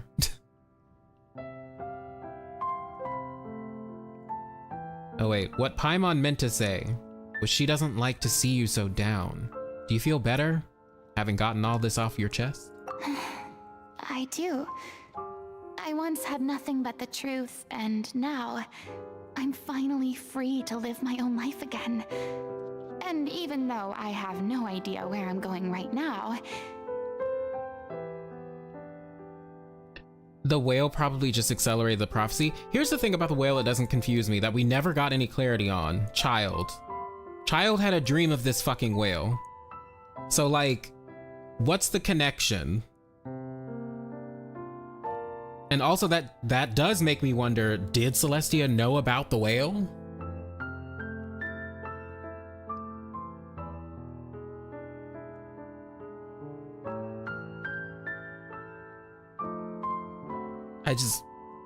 I don't know. Either way, they knew it existed and thought it would be a fitting punishment, or they made a deal. Yeah, I don't know. I don't know. Where did it come from, though? Well, according to Skirk, it seems like, one, there's more than just this one whale. I guess they're like around, floating around. I don't fucking know. There's also more primordial water than just on Teyvat. It seems like the worlds in this universe have like primordial sea water. The way she was talking. Yeah, it's not from Teyvat, it's from somewhere else. It's like an extraterrestrial being.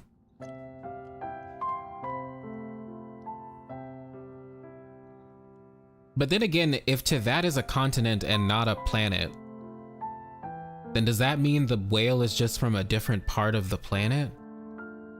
Or is Teyvat the planet? Or is it just a continent?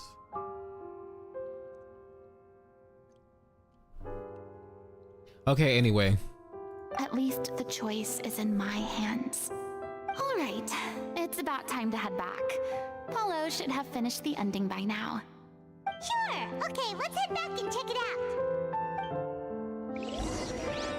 Yeah, it's from like the Sea of Stars. Which I take to mean like space. Or whatever the fucking Sea of Stars is. Which is space. No, it should be space. Yeah, so it's like an alien.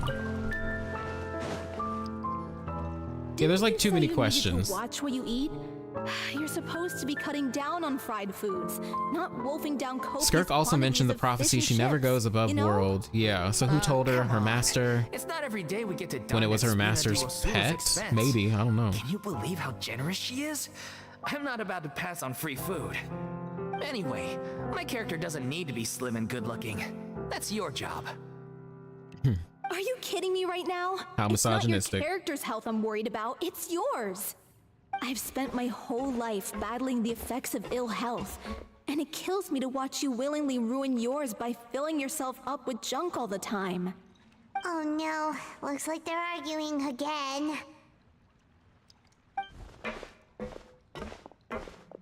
She sounded like it made it seem... Yeah, she made it sound like there's many worlds similar to Teyvat, so there could be many microcosms. You're back.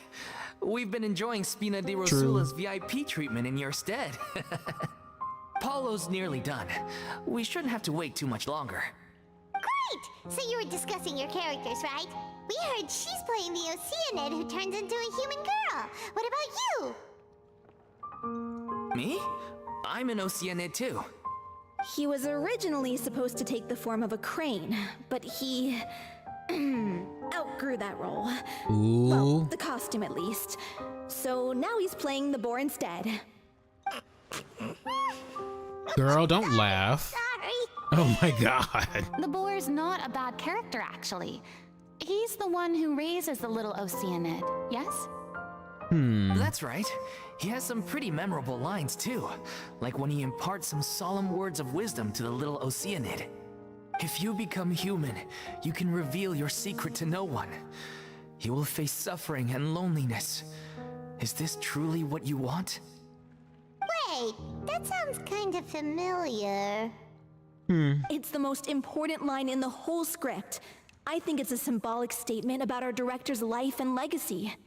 She kept quiet about all the trials and tribulations she faced in running our troupe, allowing us to devote ourselves fully to performing. It was only after she was gone that we realized how tough her job really was. You mentioned earlier that the troupe is like your home. Yeah. I was born with an incurable illness, and once my family found out it couldn't be treated, they decided they didn't want me anymore. Wait, so they were I like, spent some they years just like taking whatever work I could find dumped and you on the street? trying to manage my illness with various medicines. But whenever I had a bad flare-up, What's up, I'd be Sinks? Welcome to lying in the an alleyway for stream. How you days at a doing? time. It was like that until the director found me one day, She told me I had a great voice and asked if I was interested in studying singing from her. I said yes. She took me under her wing, taught me to both sing and act, helped me find Mora for my meds, took care of me when my condition decided to flare up.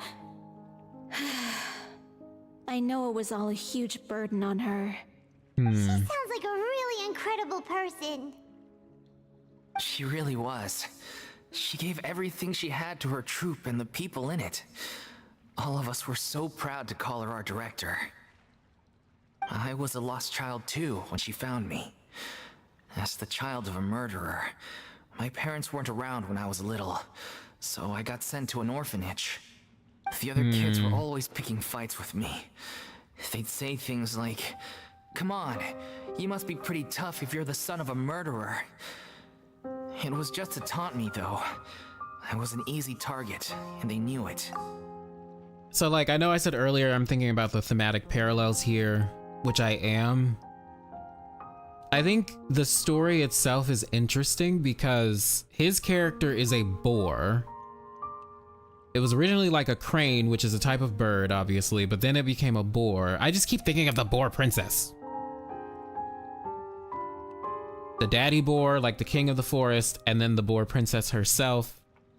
In this case, the boar princess, if I'm applying it to this story, it would be the lady who's an Oceanid that turned into a human. Also, I've talked about it before, but the Oceanids are kind of like parallels to the Seelie. It just makes me wonder if there's like a Seelie that wanted to be a human. Especially since the Seelie and the Moon Sisters loved humans. Allegedly. No, how dare you? I don't want, no, you go away. We're not co-oping right now. I have a thought. If Teyvat is a world amongst thousands of worlds and people can descend into it, where the fuck did any of the descenders come from? Good question. Where did they all come from? Well, like Ether and Lumine were just, I guess, traveling through the stars or something, right? Allegedly. They were just going from world to world. The Sea of Stars just sounds pretty, even if it's just space. Yeah, it's a really nice way to put it. Isn't there a whale on the Astral Express? Is there?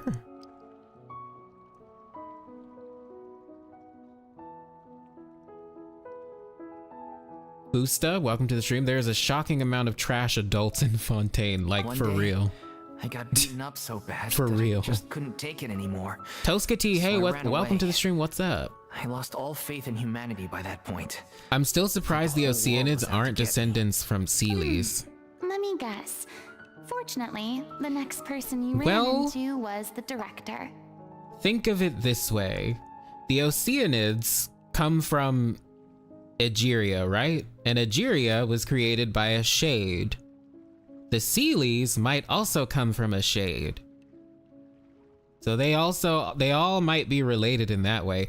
Also, the weird thing with the Pari, like the intersection between them being like partially Oceanid, partially Seelie, and then also partially whatever the fuck Ruka Devata is. It just, there's like an intersection and a cross already between them that like makes me think they're related on a more heavy level. Heavy and in a more serious way, I should put it. Anyway, Yeah. all For the first characters time in have my bad life, parents in I was Fontaine. somewhere That's I kind of felt what it safe. seems like. And I promised myself I'd stay here until the day the group parted ways. Yeah, Dolphy's parents The can day go you fuck hoped would never themselves. come. Throwing away their child because they're sick with no cure is like Times horrible. change. Oh, It's very finally different from done? Dunyarzad, right? Get your butt over here. Her parents There's cared someone I about need to her to introduce the you point to. where they like This is kept our her new locked artistic away. consultant, Miss Furina. Furina? The Furina?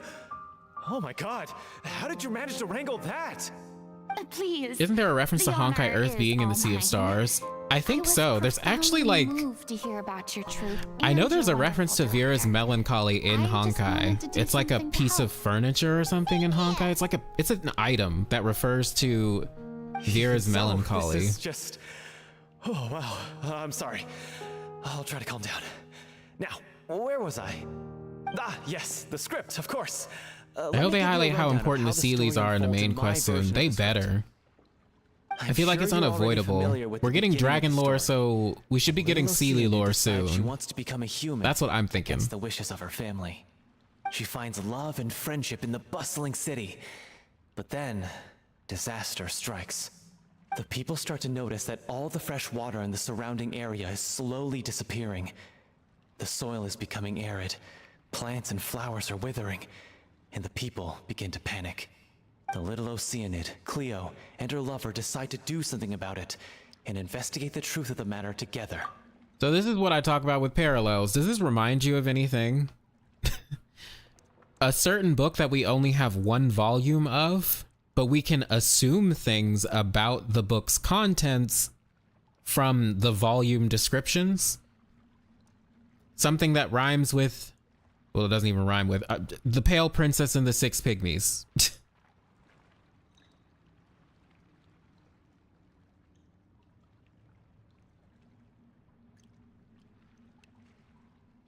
Anyway. In the end, they discover that all the waste and pollution created by humans over the years has caused the fresh water to flee the land, as if driven by a consciousness of its own. Consciousness? You mean the water is sentient? Kind of like in Fontaine. As a conscious entity. There's actually quite a few stories that explore this theme. Since the little Oceanid is a water spirit, she immediately understands how the water is feeling. She then tells her lover about her true identity, as well as the truth behind the crisis. Her lover accepts her for who she is, and works with her to find a way to bring the water back. However, unbeknownst to them, there were some people eavesdropping when she revealed her secret. The little Oceanid Technically, all 6 volumes are in the game, but they're not. Only the first volume is like the one that you can get. But yes, technically, the other volumes have been data mined. Decision to sacrifice herself to save her lover. Like since the beginning of the game. Huh? But didn't they all treat Cleo like a villain? Why would she want to save them after that? Well, she mainly wanted to save her lover, plus everyone who'd stood up for her. Through her love for her human partner, she was able to find an even greater love, one that extended to all of humanity. Surely the biggest strength of Cleo's character. There's actually something else that bothers me. You know the protagonist is supposed to represent the director, right? And she never had the chance to become a hero in our world. If we're serious about dedicating this show to her memory, we should make the ending as true to life as possible. What about if the little Oceanid is hounded to death by people who hate her, her lover makes sure her secret never gets out, and humanity continues down the path to extinction? What the fuck? Sounds like too cruel of an ending to me. Yeah. And perhaps a what little in the irresponsible world? to present to the audience. That ending would be a perfect mirror to Director Aureli's death, both arbitrary and meaningless. On the day when she went missing, Director Aureli had instructed us all, somewhat out of the blue, to leave the court of Fontaine and wait for her outside the city. We waited and waited at the rendezvous point, but she never came. By the time we returned to the city, she disappeared without a trace. We looked for her. The Gardamex looked for She her, just went full but she was nowhere to be genocide. What the found. fuck? Increasingly, all the signs seem to point to her being the latest victim in the serial disappearances case. The director was the kindest soul in the world, yet she was senselessly sacrificed for the sake of a so-called experiment by someone who had nothing to do with her at all. But doesn't the way she suddenly told you to leave the city suggest I really think that this has some maybe Seelie she and had Outlander some from afar sense of what parallels. was I about to agree happen? 100,000, It almost seems 10,000%. as if she was moving you to safety. I've been trying to follow up on that ever since, but all my efforts so far have turned up nothing. Villemont might know something, but he won't open up to me. Villemont, the guy playing the villain, I believe, right? The one who's playing the role of the villain? See, this is why I should shut up. They just say what He's I been fucking overwhelmed say. by grief. I think the director's death hit him hardest of all. Grief? Guilt, more like. Also, have a hard time imagining that anyone took it harder than me. Because, Well, why would he have guilt? well, speaking of the play being true to life, I was deeply, madly in love with O'Reilly. What? You kept that one quiet. It's time to be upfront with you all. No more keeping secrets from each other. We'll never be able to agree on the ending if we can't be honest about how we feel. I did tell her how I felt once, but she turned me down pretty much straight away. She said that we were all like brothers and sisters to her, and she'd never considered us as potential romantic partners. Ooh, Not that it came sibling as a shock zoned. or anything. It was what I That's was expecting probably to even hear. worse than friend zoned. So I told her I'd always be there for the troop, and I'd always be there for her. I said, This does maybe have one good day in voice the acting. future, when everyone's settled into their own lives and on the up and up, and managing the troop no longer required her constant attention, well, maybe then she could reconsider what she really wanted in her life. And now, that day will never come. Hollow. So if I'm the Hollow. one writing this ending, Hello, then I'm gonna make sure it does right by O'Reilly. I won't let anyone get in the way of that. In that case, you have to straighten things out with Vilmont once and for all, face to face.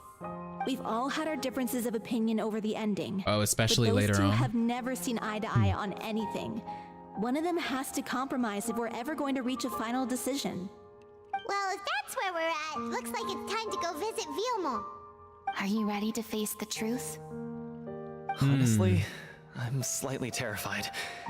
But for the sake of our final performance, I'll do whatever it takes. Funny you should ask, though. You really do get what I'm going through right now. I certainly do. Come on, everyone. Allons-y! Love drives people to do mad things. This is a story we've seen so many times. Deshred and the Goddess of Flowers. I'll give you a wild guess as to who they parallel with. Hello, Stoic the Third. Welcome to the stream. Oh wait, I've missed a ton of comments. Okay, hold on. Do I think all of it will be released in Snezhnaya? I have no idea. To be honest, I hope we get it before Snezhnaya. Like the Pale Princess and the Six Pygmies. I'm hoping, I really want us to get at least one other volume before we leave Fontaine.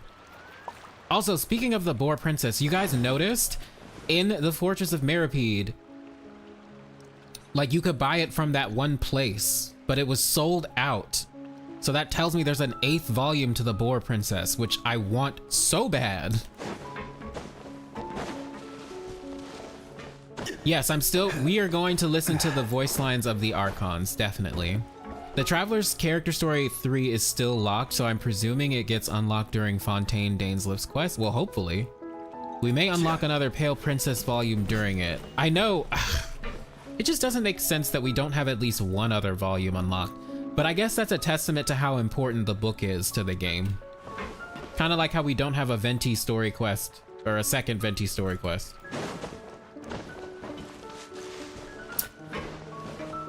Callum, welcome to the stream. If we learned stuff about dragons in Fontaine, do you think we'll learn about the Seelies in Natlan? I hope so, because it's just so weird that we get a whole bunch of dragon lore, but then Natlan is the nation of dragons. So it's kind of like, how much more about the dragons can we learn? Every journey has its final day. Don't rush. But something also tells me we're gonna get a fuck ton of Seelie lore in Snezhnaya. I mean, by that point we have to, right? Oh, and definitely when we go to Conria, that's also when I think we're gonna get Seelie lore. And whenever the fuck we go back to Mondstadt, because that's like the freaking nation of Seelies. Yeah. I love they sometimes speak French. I honestly forget that Fontaine is a French in Greece. And yeah, it's like France, it's Greece, it's Italy, and Rome. It's a lot of places. Have I heard Neuvillette's level 4 friendship voice line? It's pure gold. No, I have not. The fact that it was called the Pale Princess and the Six Pygmies makes me think it's related to the Archons and the Tsaritsa. Well, in every other language, it's called Snow White and the Six Dwarves. And you know, guess who has the names of dwarves? Conrians. Like a lot of them are named after dwarves. And also dragons. right? Like Dvalin and Durin.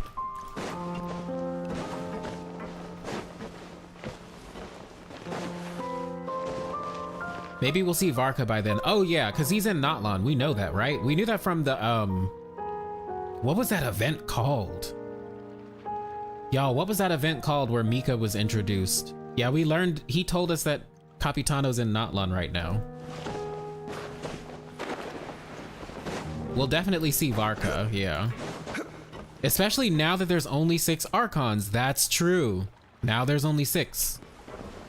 Windbloom. Was that the Windbloom festival or was it the other one? Wait, maybe it was Windbloom and I just... Maybe it was Windbloom. Yeah, it probably was. I felt like it was like some other poetry thing. No, it wasn't a poetry thing. What was it? It was the event where we learned a lot about Razor's parents, I think. Yeah, the Finalizing Fest. Thank you. It was the Finalizing Fest. That's when that was it. Thank you, Midnight Bunny. No, I think it was the Finalizing Fest.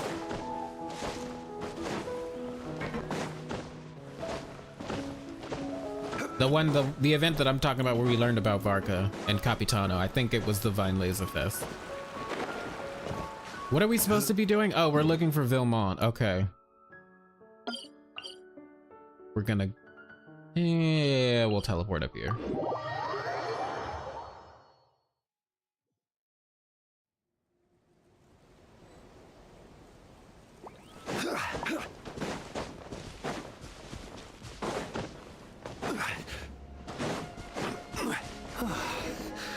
This is tough going. Delphi, are you sure you can manage in your condition? I could ask you the same question. Try to keep up.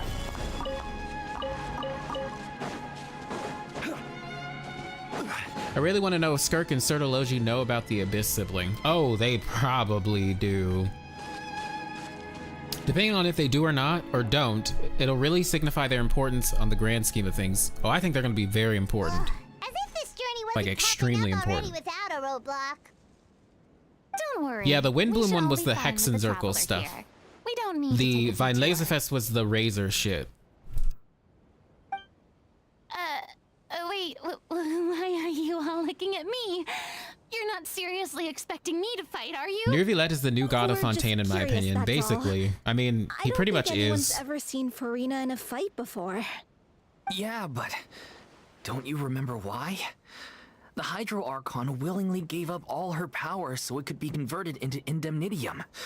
Miss Furina said so herself. Precisely. And I'm not even the Hydro Archon anymore, so all my power is gone anyway. As much as it pains me, unfortunately, I should just stay put. I'm more like a damsel in distress more than anything. That sounded so The traveler's face. Ugh, secondhand embarrassment is unbearable. Yeah, c'est la vie. This doesn't require god-level powers. Don't you know any self-defense? Hey, lay off, all right? My bluff is hanging from a thread here. They I'm lost the sorry. I'm plot. sorry. They did. I got carried away. Please help us out, would you? Aw, too bad.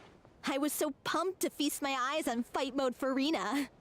Sorry to leave all the heavy lifting to you. Don't worry, piece of cake. Yeah, we're used to it. It's fine.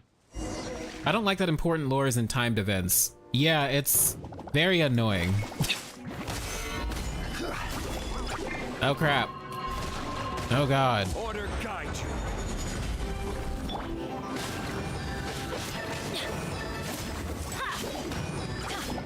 Settle down. I know these are like hydro slimes, but one of them is a cryo slime, which is why I switched. Oh god. I'm going in. Is that it? Oh, there's more. God dang it. This is the worst team for this.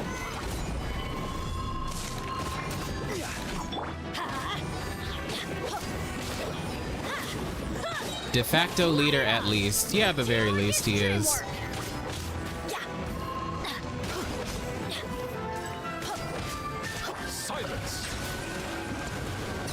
Ah. Good show. You certainly live up to your reputation. Yeah, thank you. Anyway, the path is cleared now, so onwards and upwards. This would have been the perfect moment for a 5 Archon team. Oh well. Yeah, probably. Oh, he live all the way up here? Girl, you live in a hut. Are you there? That's unfortunate. Oh, it's you guys. Wait, what's Lady Furina doing here? I want to know more about Nicole. Me too. Also, who is the 10th Harbinger? I can explain. I love. We've been rounding up the whole I love troop. Ashikai's theory. We now have everyone except you. On it being Crepus. I really want that to be true. I really want it to be true. You think knowing the truth about the director's disappearance will help you write an ending to the script that pleases everyone? I care just as much as everyone else about making the Little Oceanid a success. That's why I wanted to wait until after the show. If I open this can of worms now, I just don't want to make things difficult between us. We're supposed to be a unit when we're on stage. Fiamma, avoiding the truth will not help anyone. Unless you mean to suggest that Aurelie's death had something to do with you. I don't want to talk about it. Oh. Listen, Fiamma.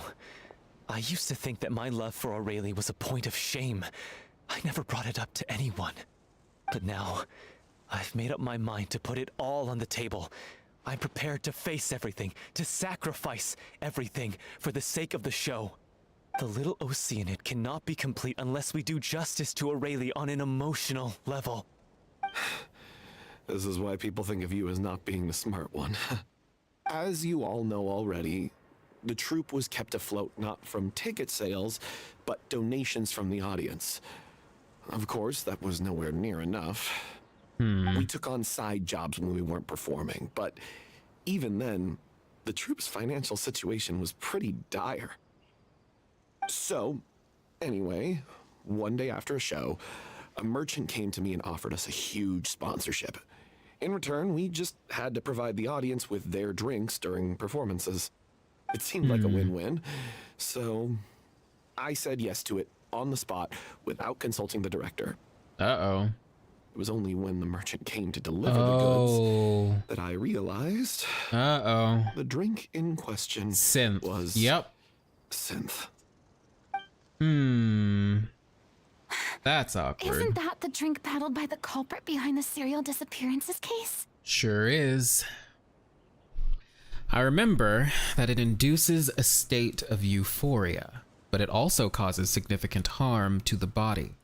I freaked out when I saw the boxes, and I told the director everything right away. She was completely shocked as well. But she didn't reprimand me for making the decision without consulting her. Instead, she contacted the merchant and stated that the troupe could not agree to this collaboration. The merchant was furious, berated us for going back on our word, and threatened to sue us for damages. Of course. The amount was astronomical. There was no way we'd be able to pay. And then? I was going to sort it on my own, but the director stopped me. She said that this was an issue for the whole troupe, and it wasn't my fault. But things only got worse from there. The synth merchant just wouldn't let up, and then suddenly the director told us all to leave the city one day. I knew then that things must have reached a boiling point. I admit this whole thing was my mistake. I didn't dare to tell any of you the truth back then, and after the director disappeared, I was even more afraid to say anything. So she told them to leave to protect them, right? If I'm understanding that correctly. And then she basically was murdered by Vache and his goons. You brought the director to the attention of the synth dealers. Your mistake gave them a motive to kidnap and murder her. Wow. So that's why he feels guilt. Okay. Yeah, I got Aurelie killed. There, I said it. Happy now? Hey, don't say that. You traitor! You knew Aurelie was in danger. Why in God's name didn't you tell us? Okay, so now I have something else to add to my video. Fuck. Well, that's fine. What do you mean? I'm you were adding this afraid? entire fucking This was thing. a life and I death have to. situation. We could have saved her. How could you be so stupid? Please, try not to get too worked up. Yeah, listen to him. You need to stay calm. Stay calm? How can I stay calm? This guy got Aurelie murdered. She was the love of my life. And he has the gall to try and high road us, claiming that he kept his mouth shut for the sake of the show. How about taking some responsibility for what he's done? All I can say is I'm sorry. Truly. I wanted to apologize to everyone. He does kind of have a right to be mad, yeah. That won't bring back the director. Yes, I am happy, sir. I'm just that petty. Oh my god. Now? I'm just a coward who made an awful, terrible mistake that I can never take back. Beat me up if you want. Kill me if you prefer. It's what I deserve. End my life. So I can meet the director and apologize to her in person. Jesus. Get out of my sight. Go, get lost. Yep. I don't ever want to see your face So he again. gets banished. That's enough. Okay, that's in line with something. Screamed and shouted at each other for long enough. Now pipe down. Yeah, both this of VA you. is doing real good, Can both you of them. stop conflating the show on stage with your real-life relationships in the troupe? You keep saying that you want to use this final performance to pay tribute to your director and celebrate her life. How can you do that if you're just using it as an excuse to vent your own emotions? Period. You're right. I'm sorry. On stage, the lead role is the focal point of the audience's attention. And you're all used to seeing the director as the heart of the troupe. But in her own life, her greatest desire wasn't to be the center of attention. I can tell how much she loved you all, and how much she loved the troupe. Is it me? Is it only me that finds it a little weird for him to keep referring to her as the love of his life when she didn't reciprocate? Well, that's the thing about unrequited love. This game has a huge theme of it, but so does Honkai, right? With Auto Apocalypse and Colin Kazlana.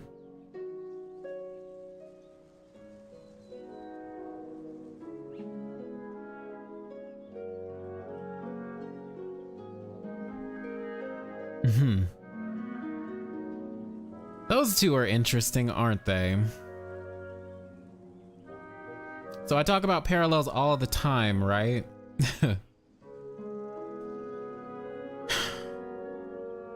Never played Honkai. Don't worry about it, but it's basically very similar to Auto Apocalypse. He went to like the most extreme lengths for Colin, who he was totally infatuated with. Totally in love with her. She didn't reciprocate. She felt like she was a friend to him, or like he was a friend. But he sacrificed his own life for her to bring her back. He was obsessed with his love over her and over her in general, and that made him commit horrible things. That also reminds me of Deshret. That might also remind you of the primordial one. Remember I said this is like a huge parallel, and I feel like Villemont, the quote-unquote villain of this. Oh my god, I'm adding this. I am adding this to the video. I'm sorry, I have to. I have to add this. I will explain it in the video that's coming out next month. Don't worry about it. What she wanted was to build a warm home. At least Otto made it with Colin. I guess, yeah. And France is the city of love. Good point, Maria. Outside. That's how you should remember her. And that's what you should be His celebrating. downward spiral started when he was 6. I mean, true. You're trying to Yeah. make her the hero of the story, but isn't she your hero already? After everything she did for you? Yeah. Yeah. So think hard about what that means. And then think again about what you hope to achieve by arguing with each other. If you really hate each other and can't reconcile your differences, then you could just call it quits now. Why bother with the final performance if the group is already fractured? But you can't bring yourself to do that, can you?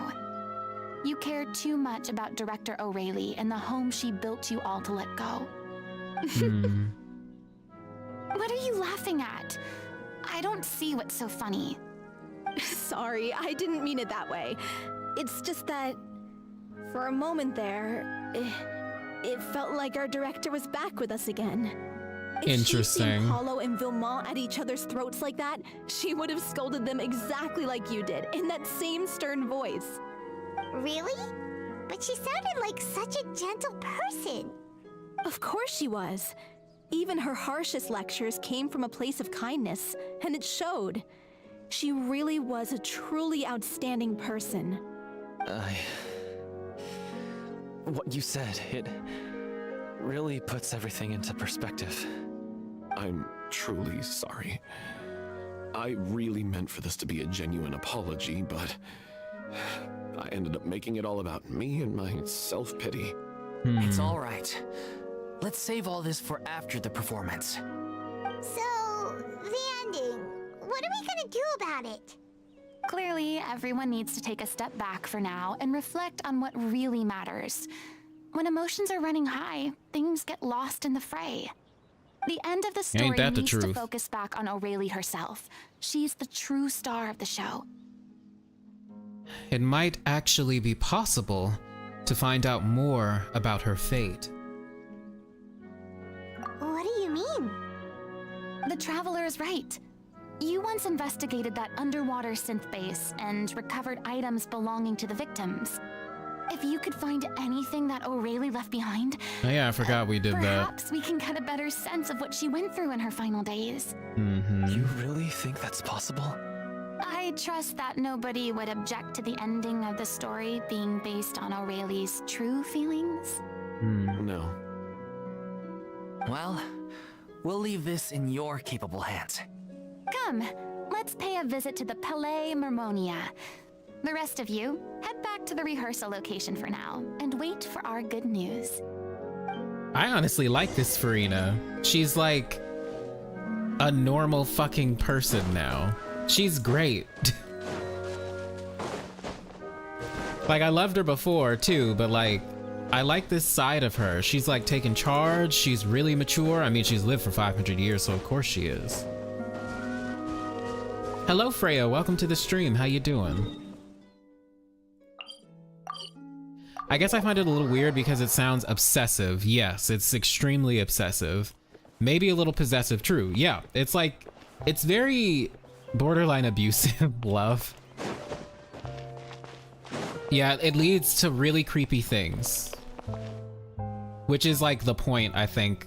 Because like Auto Apocalypse is literally the same. He did absolutely terrible things to so many people in the name of unrequited love.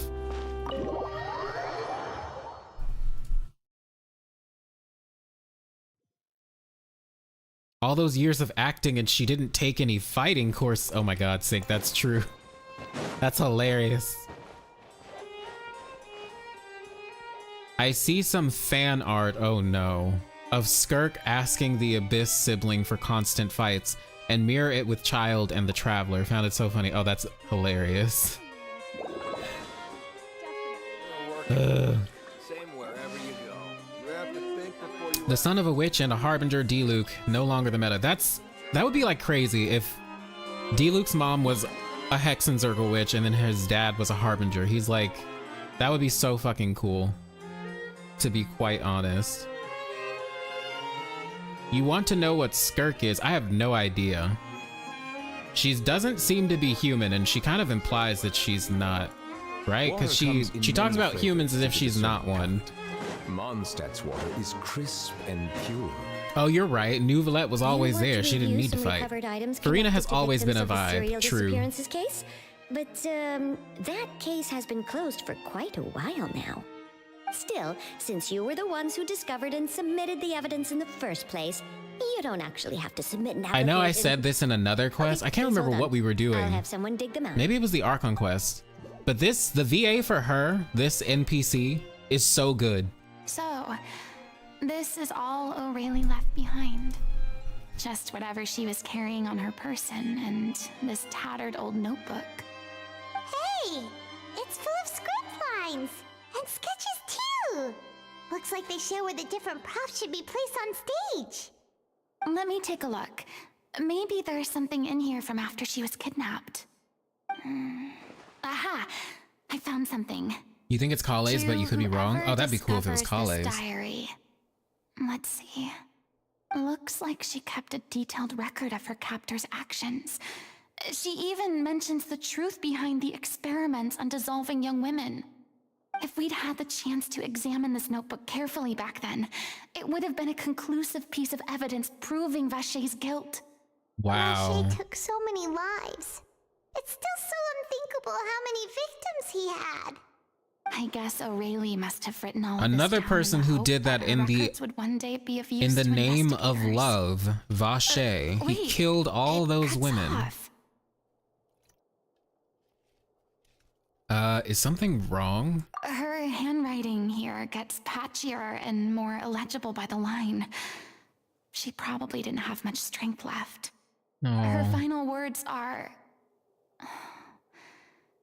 I'll let you read them for yourselves.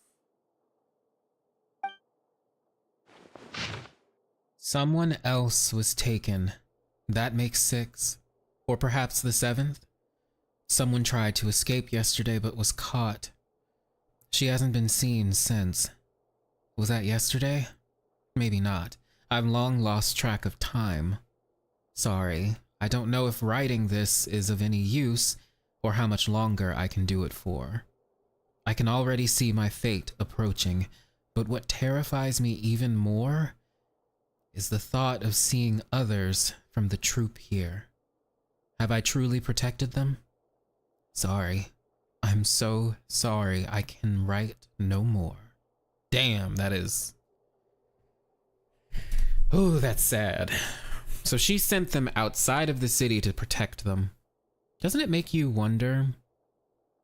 If you imagine Fontaine, like the city of Fontaine as to that, and Aurelie as, oh, I don't know, someone... By the way, question. Star, what does Aurélie mean in French? And also, what is the French word for gold? Just a curious thought. It does make me wonder about... Anyway. Just brain farts, sorry. This is really fucked up though, this is sad. I think I have a fever and my old stomach troubles have returned. But nobody has given me any medicine. I suppose I am more fortunate than Cressy? I know I'm pronouncing that wrong. The pain keeps her awake all night. I suppose they think that anything goes so long as the experimental subjects can be used up before they die. It is so damp here. I have given her my blanket. So cold, so cold, so cold. As long as one persists, all things will pass. There will be a reward for hard work. I like to tell them such things, but it is I who am losing my grip. If anyone sees this, troop, safe, I, them, important. Please, farewell, apologize, life, perform, future, regret, Cleo. This page is an absolute mess, and the writer's pen seems to have wandered its surface at random. Only some words can be made out, and barely at that. So she was dying at this point, like this was like, she was on her last leg. From this page onward, the diary stops to be replaced with lyrics from musicals. Some are in the form of newspaper clippings, others are handwritten with many crossings out and changes. It is apparent that the pages have been referenced often, and that this was the personal notebook of artistic director Aurelie. It means golden, or a term for light of one's life. Isn't that interesting? Lots of parallels here, huh? We all know how important gold is in Genshin. And I'm not just talking about Rhine-Daughter, but the color gold. She watched a girl get dissolved right in front of her, and she had to wait for her own death in silence. That is so fucked up. She may have been a mighty hero in the eyes of her troop, but at the end of the day, she was only human. I can't bear to think how painful and lonely her final days must have been. Wait. This part on Aurelia the last basically page became the Little sounds Mermaid. strangely Yeah. familiar. Which makes sense with the name of this quest. Also, it's very interesting because doesn't the Little Mermaid in the original fairy tale like melt into sea foam? So that's also interesting because of the primordial seawater melting women away, or like the people of Fontaine into oceanids.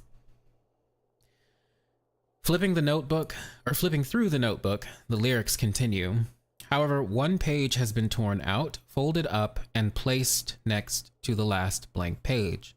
At the bottom of the folded note are 2 new lines Aurelie has written, in handwriting much more legible than before, but it seems that they took her both great effort and a great deal of time to write.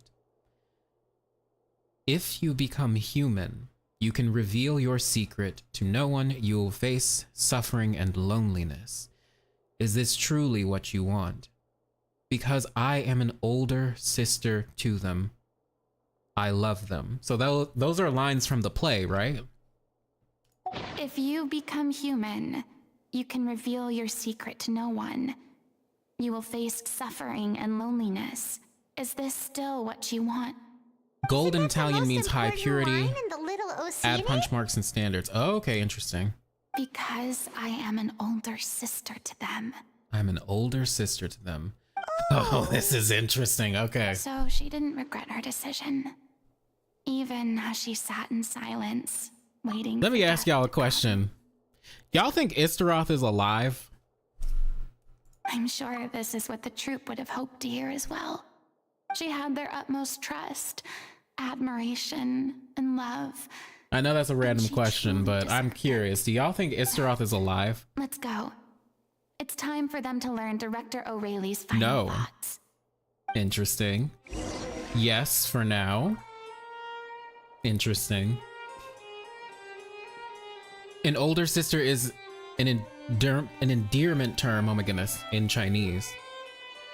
Mao, what's up? Yes. Midnight Bunny, you think so? Vega, you think she is? Sync, you don't know. Even the ragged notebook on the nameless island says it seems the god of time was lost to time. You know what's interesting? They call the world a dream lost to time as well. I hope so.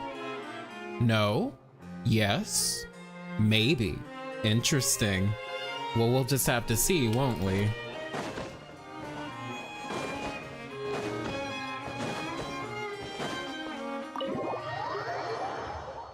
I mean, she was alive at least 500 years ago. Maybe. I think she's alive, but with no body. Interesting. I would say she is in limbo. Also interesting. Only appears when someone wants wishes. That's interesting. How many times can I say interesting? Drink whenever I say interesting. I think she had to make herself lost. Interesting. Okay. She may be trapped somewhere like a time cycle, similar to how the Traveler could have gotten trapped when Traveler to Raiden and A's fighting ground. Yeah, okay. Curious. Omoshiroi, which is interesting. Oh my goodness. Wait, you didn't tell us what you think though. That would be spoilers. I think Istaroth pulled a Mary Ann and Anne situation. Interesting that you say that. There are other parallels right there with Marianne and Anne and Istaroth and Paimon, in my opinion, but okay. She's in hiding, maybe. Maybe. After reading through the notebook, some are lost for words, some weep bitterly, and some grind their teeth and howl with rage, excuse me. A long time passes before the group is able to calm down, calmly come together, and finally make a decision. She deserves a hero's farewell. If that's the only way to convey to the audience the courage and selflessness that she showed in the face of death, then it's a meaningful way to end the story. Even in the last moments of her life, she was still leaving a trail for others to follow. She did her best to protect as many people as possible, even if it meant sacrificing herself. We know what choice our little Oceanid would have made now. I don't think any more discussion is necessary. Well, Vilmont, if we put the past aside for now, do you think you can bring yourself to go ahead with the show? I will channel all my regret and put it into my performance, to make this a show worthy of our director. I won't ask for your forgiveness, and you don't need to worry about my feelings. This final farewell show should be about Director O'Reilly and her alone. Then it seems like we've reached a consensus. I have a feeling that this will turn out to be the most mesmerizing performance of your lives. Really? How can you be so sure when you've never even seen them Maybe perform similar before? to Terminus from Star Rail. Interesting.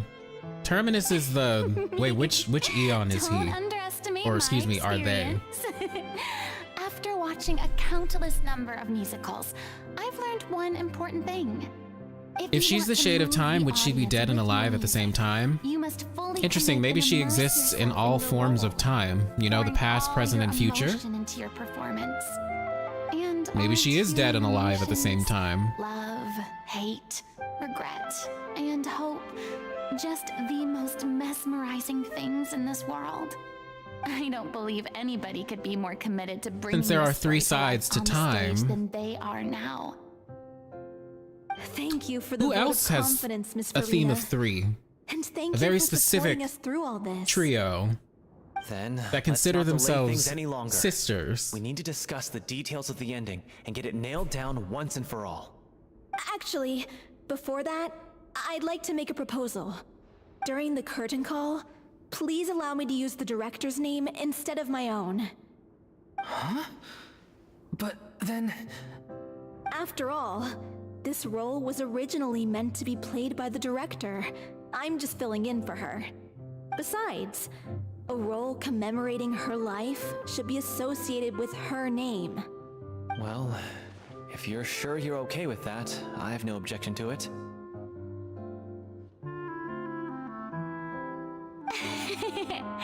Now we're talking like a serious acting troupe. This is adorable, by the way. I'll leave you to fine-tune your musical while I go and procure a stage. I'm guessing it's gonna be at the Opera Epiclese. Stage? Oh, it's okay. Because, like, isn't that the only Our fucking usual place doesn't need a reservation. for performances? That place? Oh, don't be silly. For an extraordinary show. See, this is why I should shut the fuck up and an just let them talk. extraordinary stage. By which I, of course, mean the Opera Epiclese. Whoa, wait, what?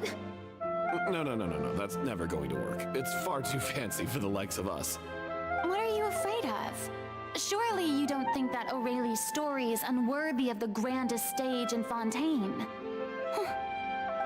No, that's not what I meant. It is supposed to be your grand finale, right? Believe in yourselves. Go big or go home. I have no problem with it then. How about the rest of you? Oh, Terminus is the Eon of Finality. Thank you, Maria. I'll take your silence as a yes. Thank you for giving us this opportunity.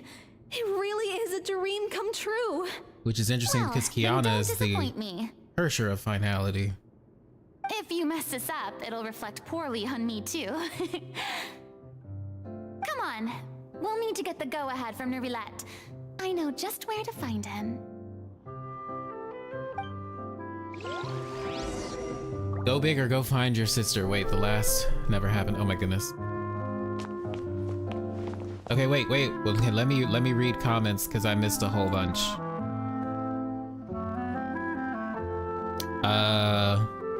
Paimon lore when? Exactly. When are we getting more Paimon lore?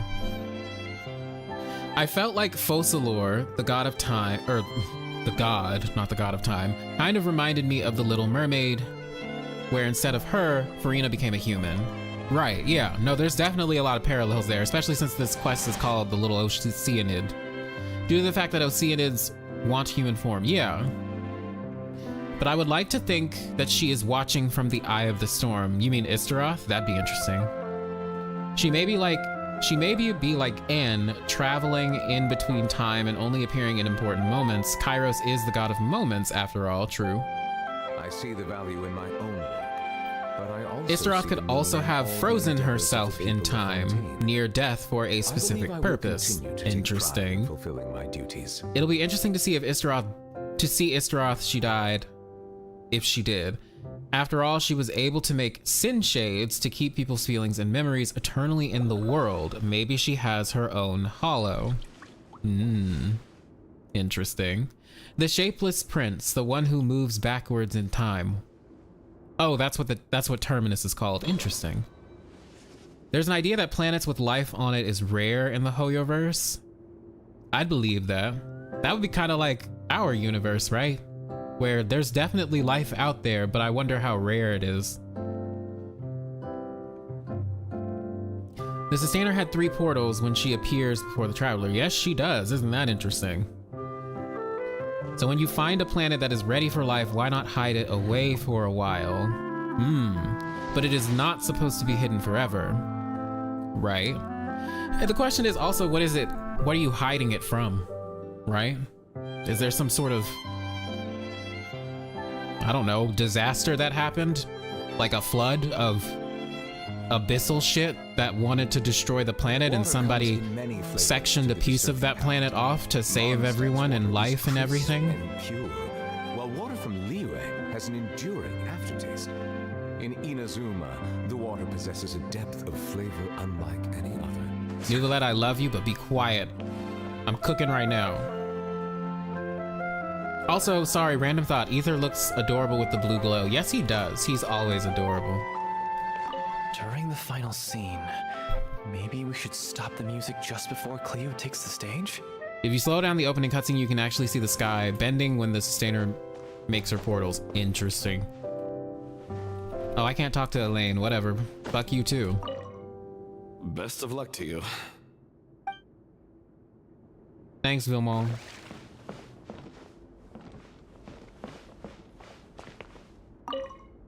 First Miss Furina?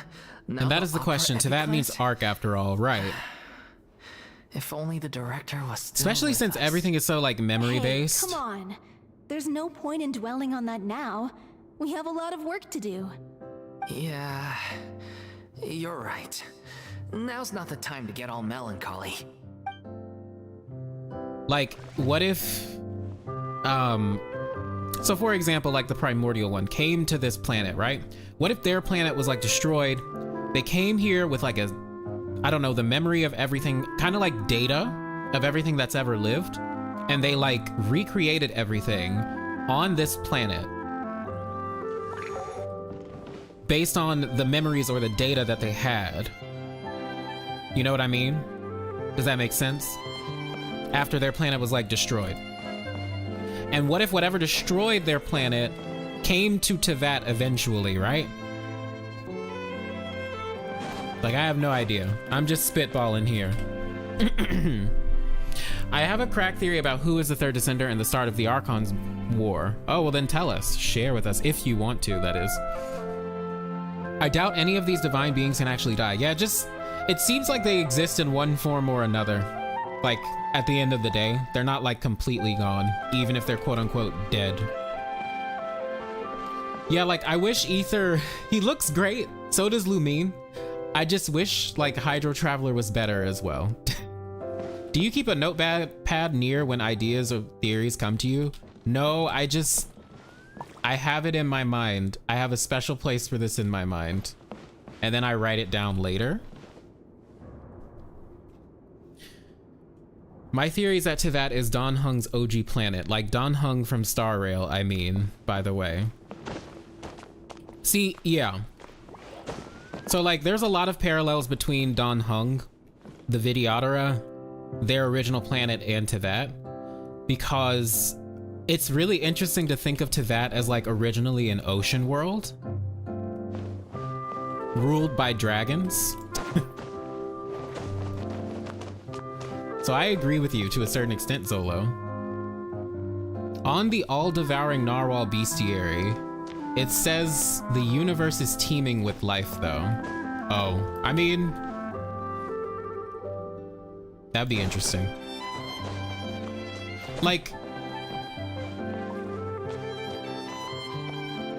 the universe teeming with life, yeah. Like, how separated is this life? Like, how long would it take for you to find life in the vast expanse of the universe? Didn't the twins come home, or excuse me, come after their homeworld was destroyed? Yeah. So like I was saying, like the primordial one came to this planet after their world was destroyed with like data or memories of like their original world and then recreated that here. Ouroboros is a reoccurring figure. You mean the snake thing that eats its own tail? That's also an Eon? I think it's called the Veracity, right? Voracity. I said the Veracity, but Voracity. I was checking back and realized they never actually told us when the twins descended. I'm wondering if they've been here for thousands of years at this point. Like in some sort of stasis. All we know is that they were just active in Conria 500 years ago, but prior to that, we have like, we don't fucking know. Like, we have no idea. You mean the permanence? Wait, what's the permanence's name? I keep forgetting. There's so many fucking eons.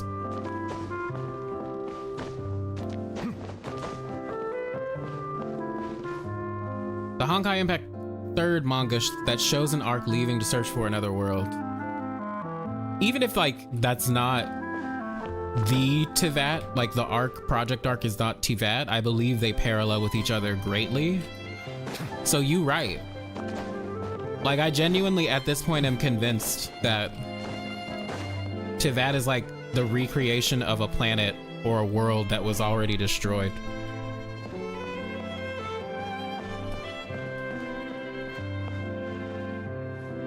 What does it mean that Focalor destroyed the Hydro Archon throne? Like, the Gnosis still exist. Is the throne just the power stolen from the dragons? So, from what it sounds like, the Gnosis, like, Gnosis hold the authority that was stolen from the dragons. The Gnosis themselves are made from the body of the third descender, or the remains of the third descender, whatever that means. The Hydro Throne, I guess, is like, I'm kind of wondering if it corresponds to something like legitimately in Celestia. Because if you remember, like, one of the whole plot points and one of the plans of the Abyss Order is for the Abyss to, quote unquote, engulf the thrones. I just feel like the destruction of the Hydro Archon throne means there will be no more Hydro Archon, right? There isn't technically. I don't know what the consequences of that are going to be though, and what that actually means. Like beyond that, beyond no more Hydro Archon. Even though Nuvi is basically technically the replacement. He basically is, but he's not the Hydro Archon, right? He's not even a god. He a Durgan.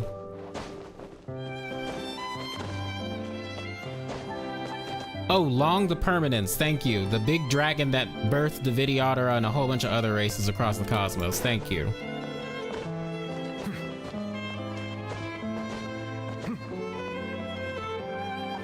All right, let's go find, oh, speaking of which, we have to find Daddy, oh my god.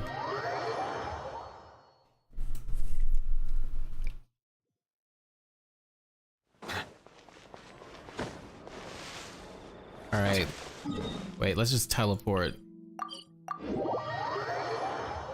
I'm waiting for the big reveal when we're 65% to 75% done that will change everyone's opinions on who's good and bad. I'm gonna be honest with you, I don't think there is a good and bad here. I think they're all pretty fucking awful, but they're also not evil.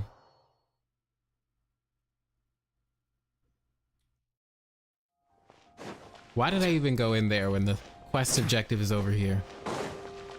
Hey, look at that. Looks like I guessed right. You were just guessing?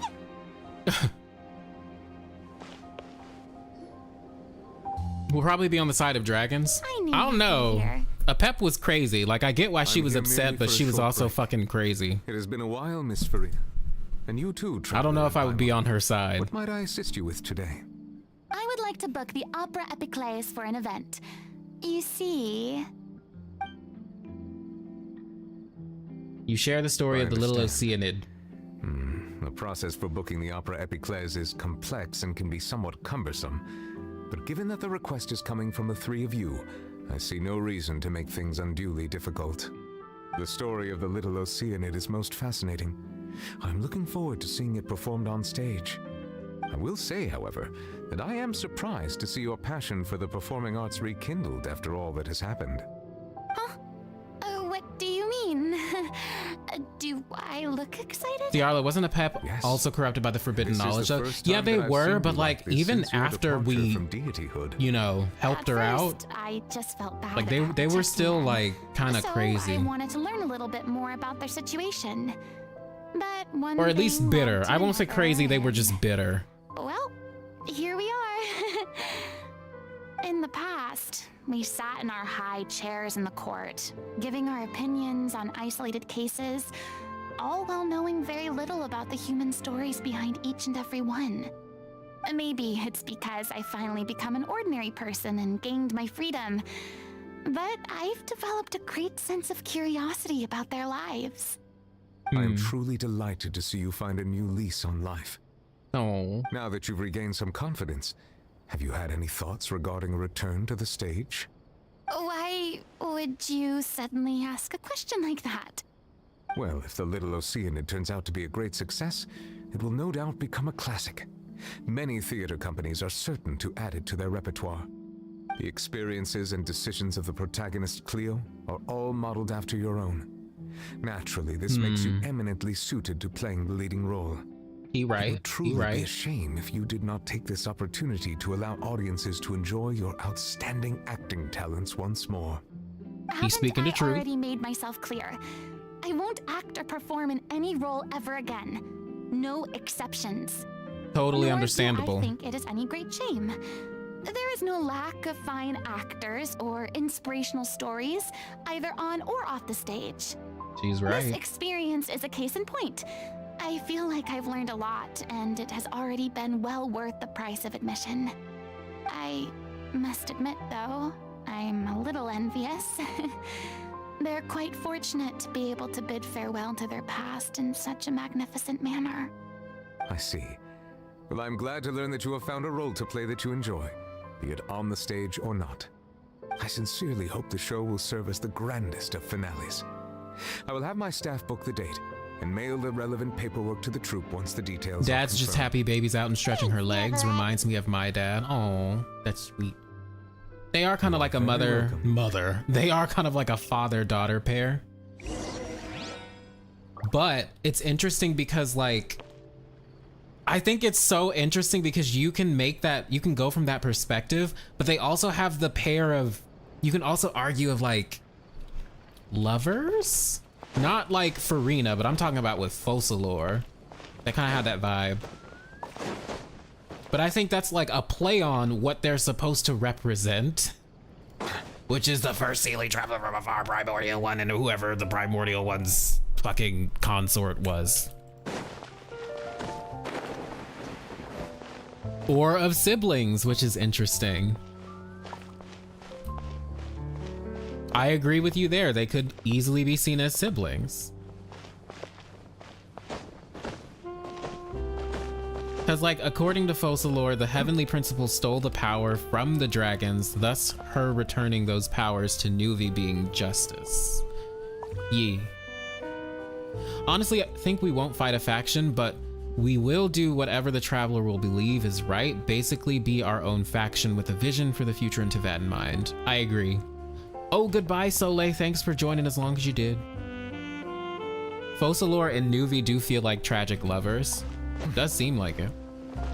Mao, I think you... Wait, I missed your theory? Wait, post it again. I'm so sorry. I didn't see it. By the way, Furina and Venti need to meet. I agree with that. They 100% do. Surely the Abyss Twin can't be fully bad, but why do they value Conrians more than everyone else into that? Good question. Good question. Hello, Kira. How you doing? Welcome back to the stream. No, not romantic love, more like platonic love. Could see that. Here's the thing. I need to know more about Neuvillette and Focalors, and also Egeria, which I feel like we're gonna fucking learn in Remuria whenever we go there. I.e. Capitolium. Because, like, there's so much lore we just don't freaking know about them. Like, how is Nuvi, quote-unquote, born? Talk to him. People were once enthralled by Lady Furina's performances, myself included. I hope that one day she'll be able to understand that our appreciation was always sincere. That's sweet.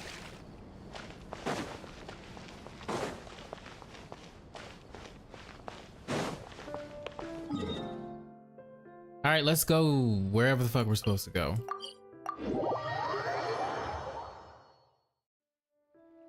And Furina being the older and younger at the same time, right?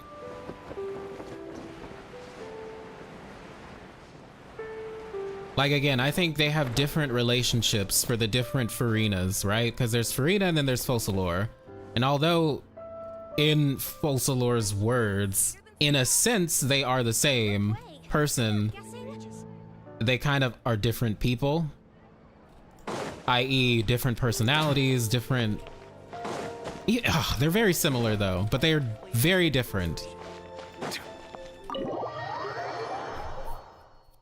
Theory, I believe the Gnosis are made of the traveler from afar. News, Me too. It's done. I actually do believe The that. opera epiclese And is I have booked. arguments to make for Thanks that. to my eloquent and impassioned speech, Monsieur Neuvillette was moved to provide us with a fitting stage for this special. Sorry, I did not mean for that to sound rude. No, you're We had okay. to fight You didn't sound every rude. step of the way for this opportunity. But we now have all of the ingredients necessary to stage a truly spectacular performance. Like Ruka and Nikita, but slightly different situations. I even see it's in a similar way because even Ruka kind of tricked the system. Now, let's work Oh, together Neuvillette definitely and needs to make meet this show the Zhongli. best it can be. Definitely. This is truly wonderful.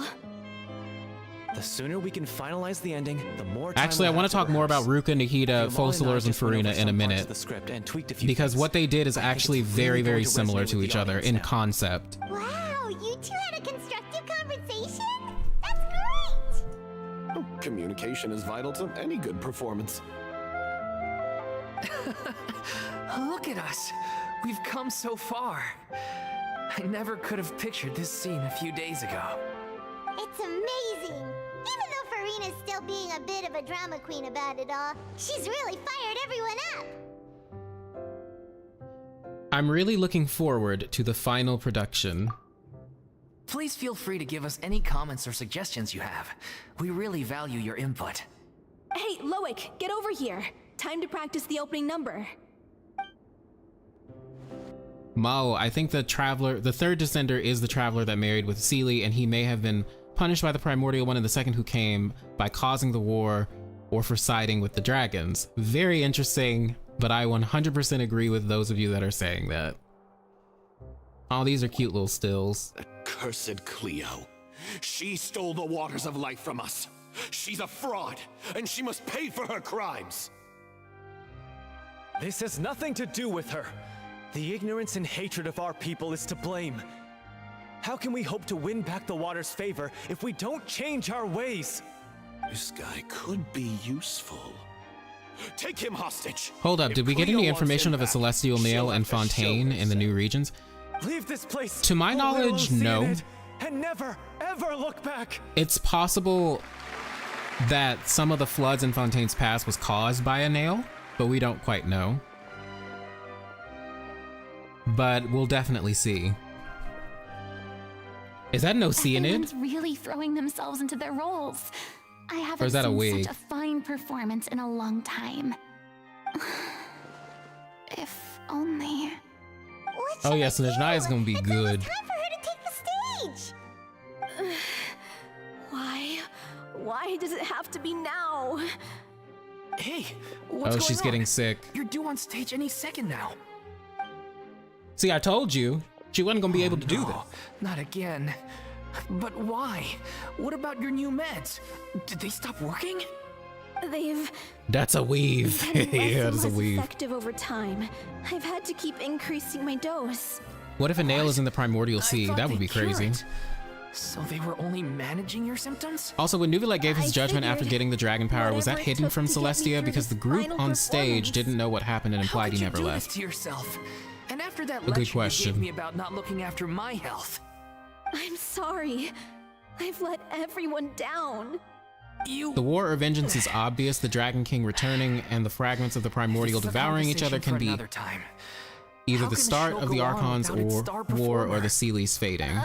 I think they coincide with each other. Miss Furina? Like they probably happened around the same I'd like to make a time. request of you. Say no more. If you're sick, you need to rest. I know what you're going to ask. Loic, your character has no more scenes, correct? Theory, the reason why there's no mention of Murata is because she was banished. Yeah, That's interesting. I think my scenes are all done. Although, I do have one more line. But I guess another guy in the troupe with a similar voice register could take it. Why? Please take Delphi back to her place to rest. I've read the unofficial Pale Princess and the Six Pygmies, so I'm just gonna sit here quiet. Eyes totally not burning. Yes, don't say anything. Ridiculous. After all that, everything's come full circle.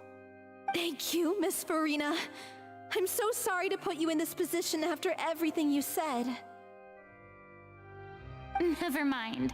What's done is done. It's really my own fault for getting in too deep.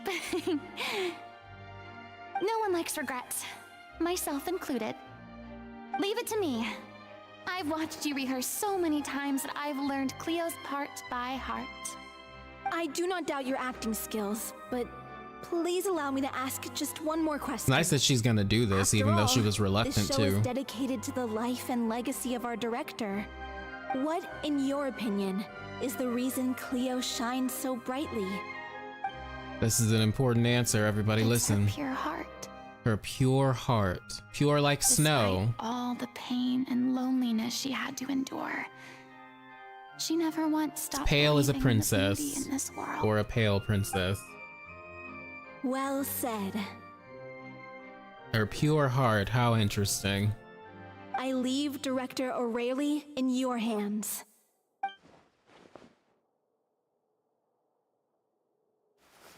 Do your thing, Furina. Alright, we gotta be quiet for this. This is gonna be good.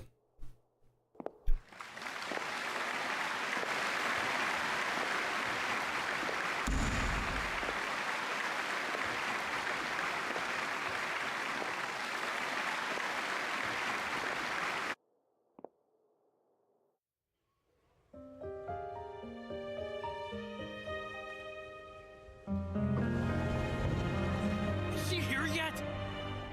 Will she get here? She's not coming! You're wrong. She's here.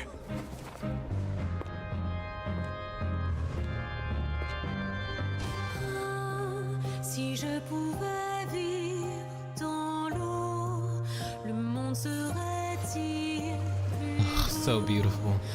pardonneras-tu aux chères mères?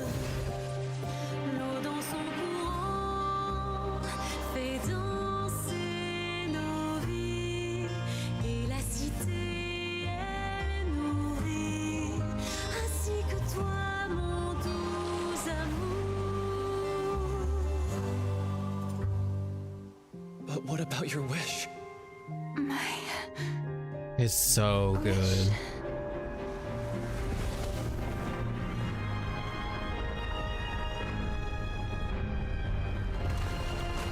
If you become human, you can reveal your secret to no one. You will face suffering and loneliness. Is this truly what you want? Le grand amour ne suffit pas, seul un adieu fleuri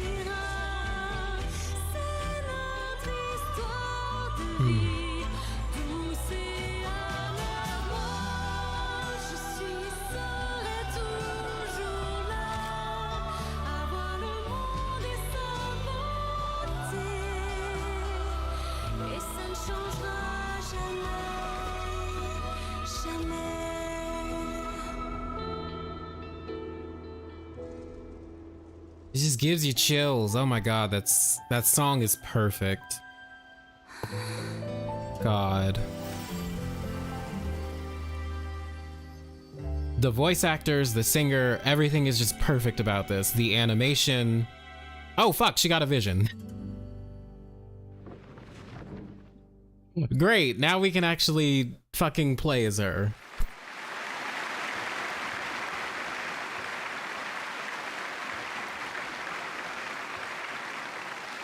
Wait, is she gonna have her vision on her model now?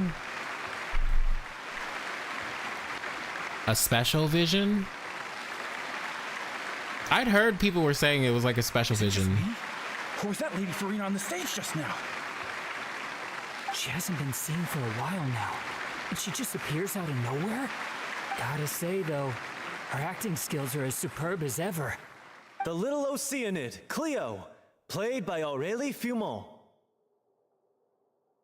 Ugh, beautiful. You know what's funny? That's not her name. About the name Cleo? What's going on? I don't know. Maybe it's just I'll say it a double afterwards. I've spent a lot of time out of the spotlight, and they didn't use my name during the curtain call either. Hopefully, not too many people recognized me. It's too bad that I had to break the one clear rule I'd managed to make for myself, even if I had no choice. Still, I have to admit that, despite everything, H2O. it felt good. Think about Oceanids. And also think about Sealies. We would like to give a special Think thanks about to what our they're artistic based on consultant and what that event animal is coordinator, named. Miss Furina.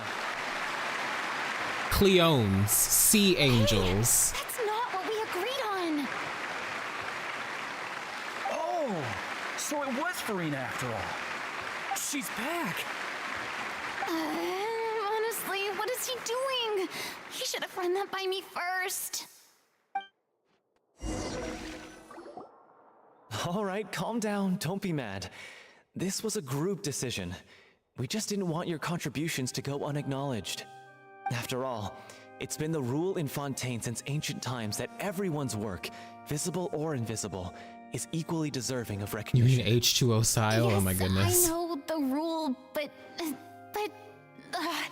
it should still be applied on a case-by-case The line, basis. "Our love is but a bittersweet fairy tale," hurts my heart. Mine too. No big deal. Personally, I think about the French car. Oh my god.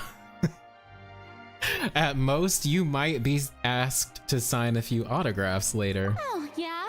Well, since you think it's so easy, you can sign them for me. This is a great chat and all, but can we talk about that crazy thing that happened during the show? It nearly gave Paimon a heart attack. Paimon flew over to where she was supposed to be and was about to drop the prop vision, and then suddenly, a real one popped out of thin air! Oh, that. Oh yeah, it does have like fangs. I've got no idea. It's because of what New happened Villette there though, either. right? But hey, it worked pretty well, didn't it? I'll bet the audience has never Also, the top seen of it is such kind a of shaped like the realistic sword that killed Focalor. Wait, what about Dolphy? Like the top of the sword that killed her. Let's go check on her as soon as we finish clearing the stage. Because yeah, like Yes. Plus, she'll we'll have a definitely want to conversation hear about how the visions end in of a the show second. went. And the If nothing archons. else, we can safely say that we accomplished what we set out to do. That was so good. So good. This quest is perfection. I like it. I like the theme. It's very important, and I hope people really pay attention to it, because it's a huge, huge, huge parallel, in my personal belief, to what is going on in the main plot of the story. It's extremely important. Yeah, the Oratrice Guillotin. Yeah, that thing.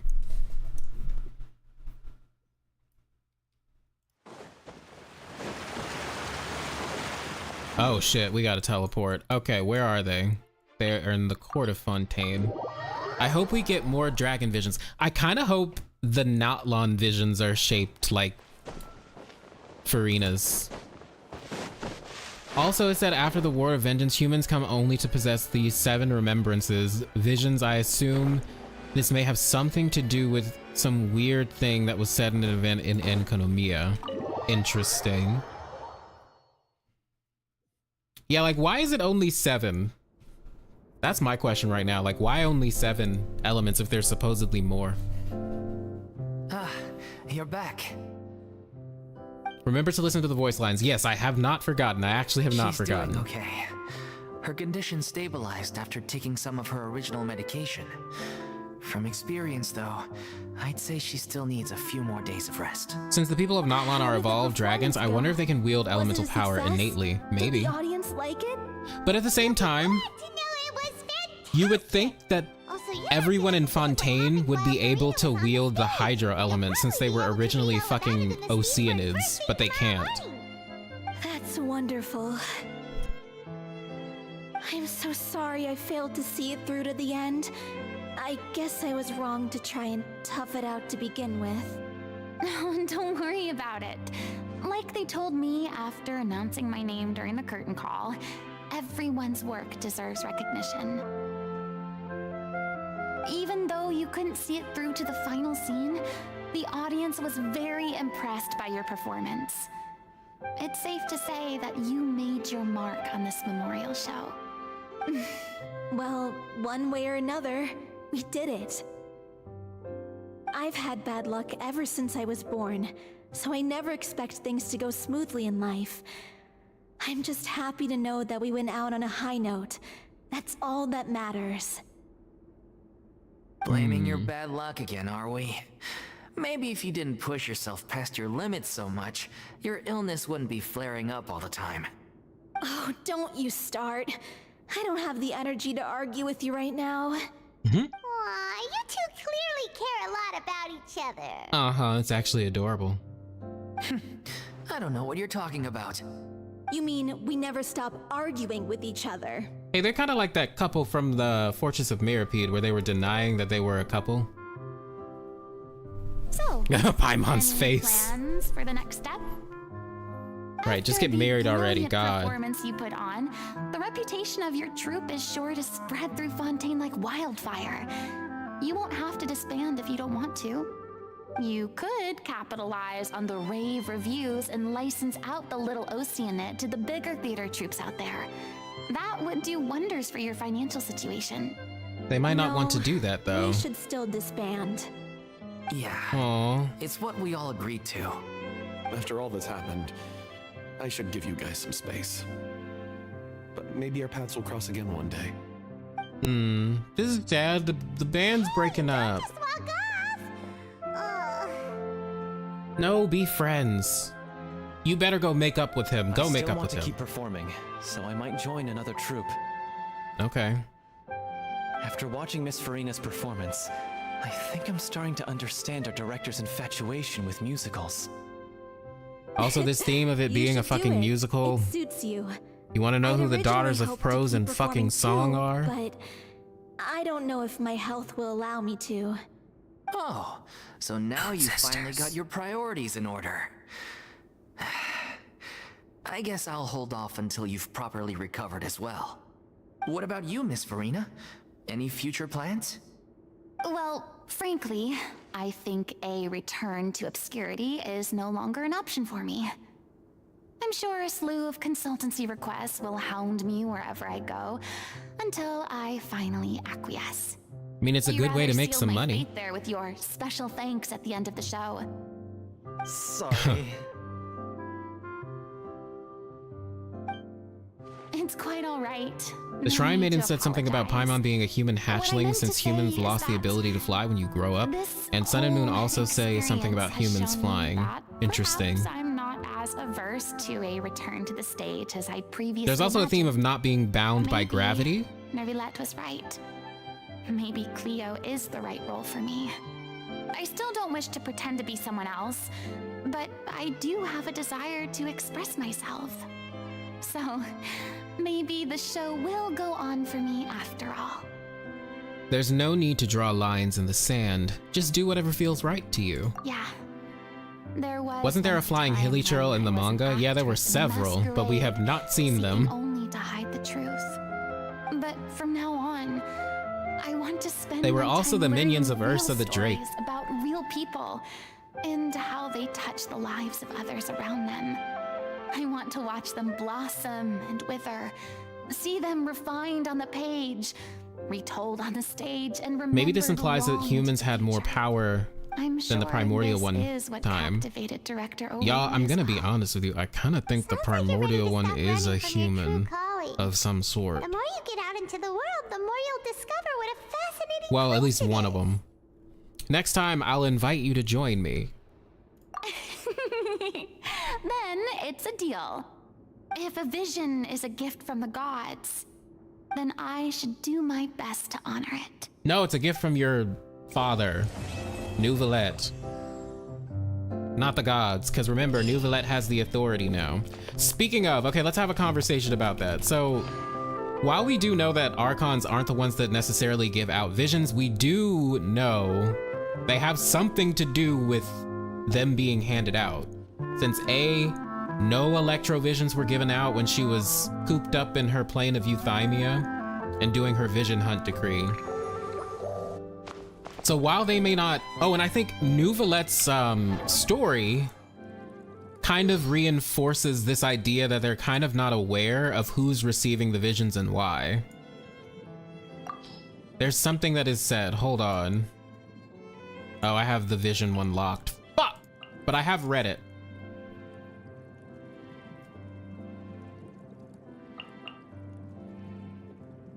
Fuck, I wish I had it unlocked, god damn it.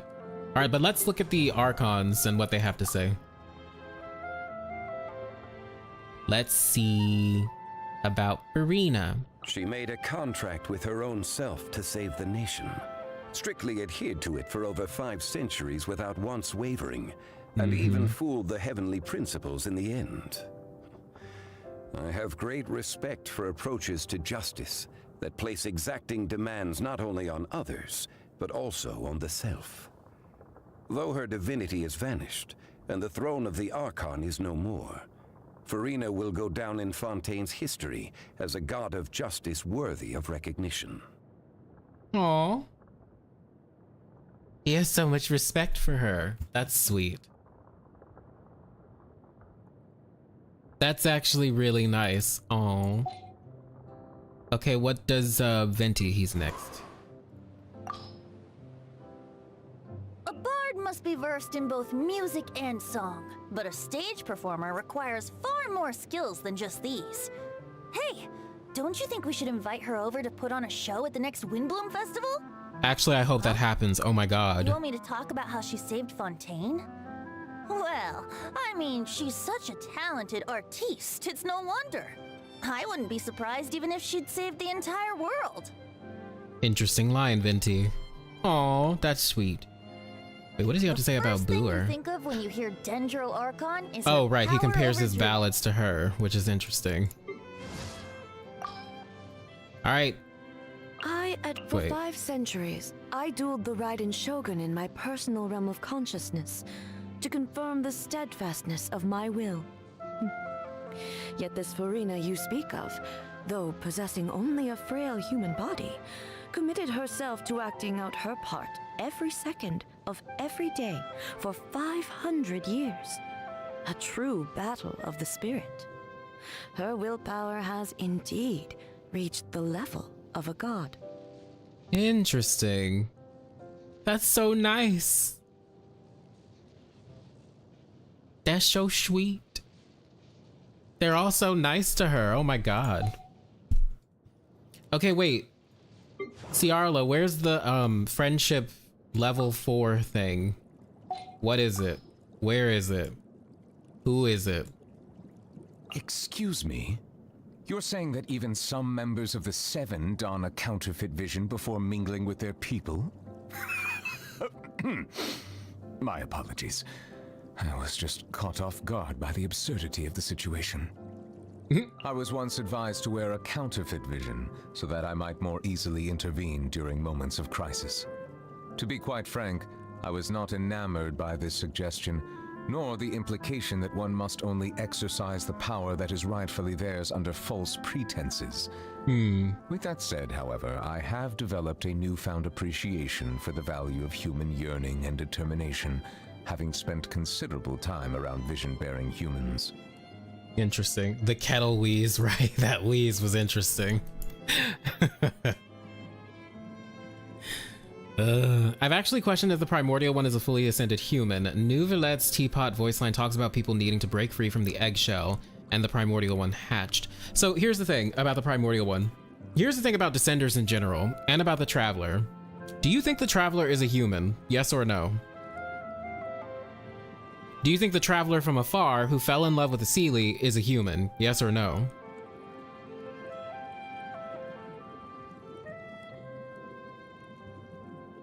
Yes, no, no, no. Yes, in some sense, no. Interesting. Interesting opinions. Yes, sort of. I think they can be divine humans. Okay, interesting. Humanoid, yes, the twins are. Okay.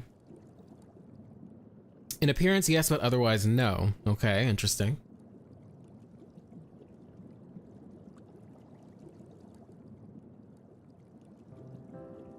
That's a hard question. My answer would be yes. Interesting, interesting. Here's something to think about. The R&R told us about Seelies being cursed, right? But they said specifically when they fall in love with humans. So it's very interesting to think about the first Seelie and the Traveler from Afar in that context, because it would kind of imply that the Traveler from Afar was a human. Also, the Travelers continue to be referred to as human.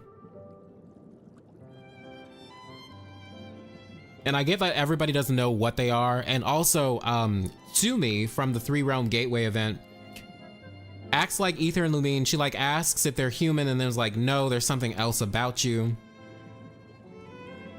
So it seems like they might be human, but very special kinds of humans.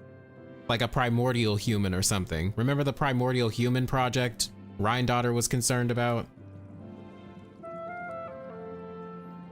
But at the same time, I also think there's not just one primordial one. There's probably 2 or 6, depending on your perspective, or 3, depending on your perspective. Am I explaining any of this? No. So don't ask me. What does that make Albedo? A failed attempt. That's what I think that makes Albedo. A homunculus. After all, who were After all, who were the elemental monuments made for? And the Hilly Churls can wield elemental power innately, which is very interesting. It's so confusing. The perfect human gold tried to make maybe like Koth Albedo, and it's interesting that Albedo has a whole bunch of Traveler similarities and also references to the sun. How old is the Traveler? Supposedly thousands of years old. Supposedly. But we don't know their exact age. Oh, I can't wait for him to blow up so Gold stops him and we can talk to her, right? Like, I just can't wait for him to like revive Durin and then they just go on like a rampage. It's also very interesting that Albedo would have similarities to the Traveler, and he says that he might become a threat to Mondstadt. Kind of like how it's implied that the Traveler is like a world beast that may destroy the world. Isn't that interesting? We just don't know enough about the Traveler. We don't. Also, in Hoyoverse, it's not impossible for humans to have like god-level powers.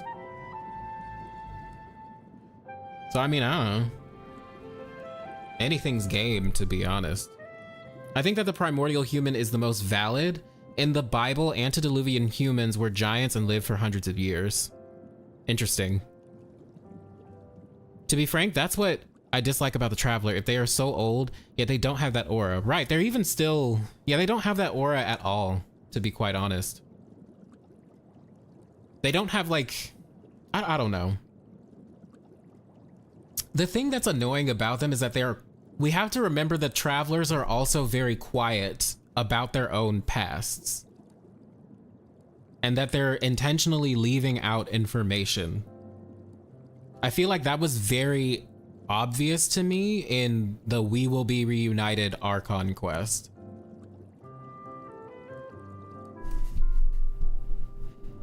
Age does not equal maturity or wisdom. You are correct. Yes, that is true.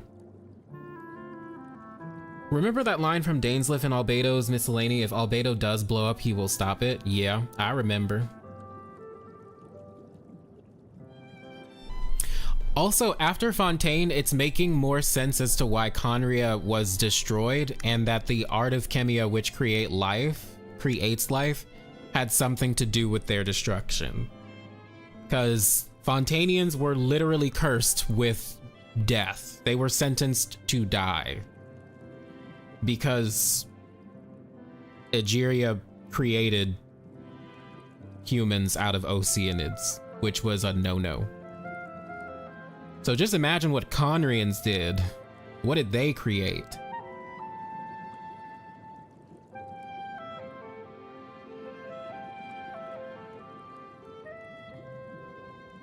I really think the travelers may have come from a world before Tevat that was like the Garden of Evil. The sinners say they're like a flower born in sin, yet pure and spotless. Interesting. But you know what? Sin? The question is, what is sin? Because it seems like love is also a form of sin, according to Scaramouche. So what if it's a flower born in love, but pure and spotless?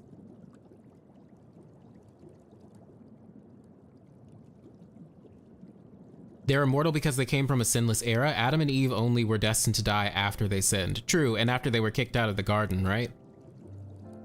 God was like, you have pissed me off. Get out. How dare you? I love the Traveler Lucifer theory, Morning Star and Evening Star, and they are basically mirrored. Yeah. And I think it's like super overt. Sin is whatever Celestia doesn't like. Basically. Basically, I mean, that's true. Antediluvian is the time between Adam and Eve being sent off Eden and the flood. Gotcha. Interesting. Onion, have you seen the document in the new region where it talks about Tevat? No, what document? I have not. What document are you referring to?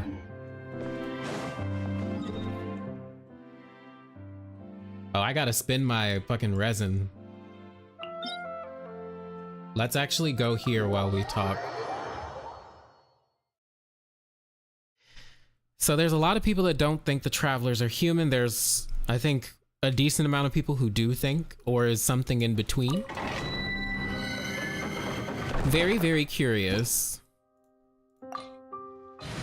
I really need to do my world quests. You still have some from 4.1 and all of 4.2 quests to do. Oh my gosh, Sync, you need to do them. Holy crap.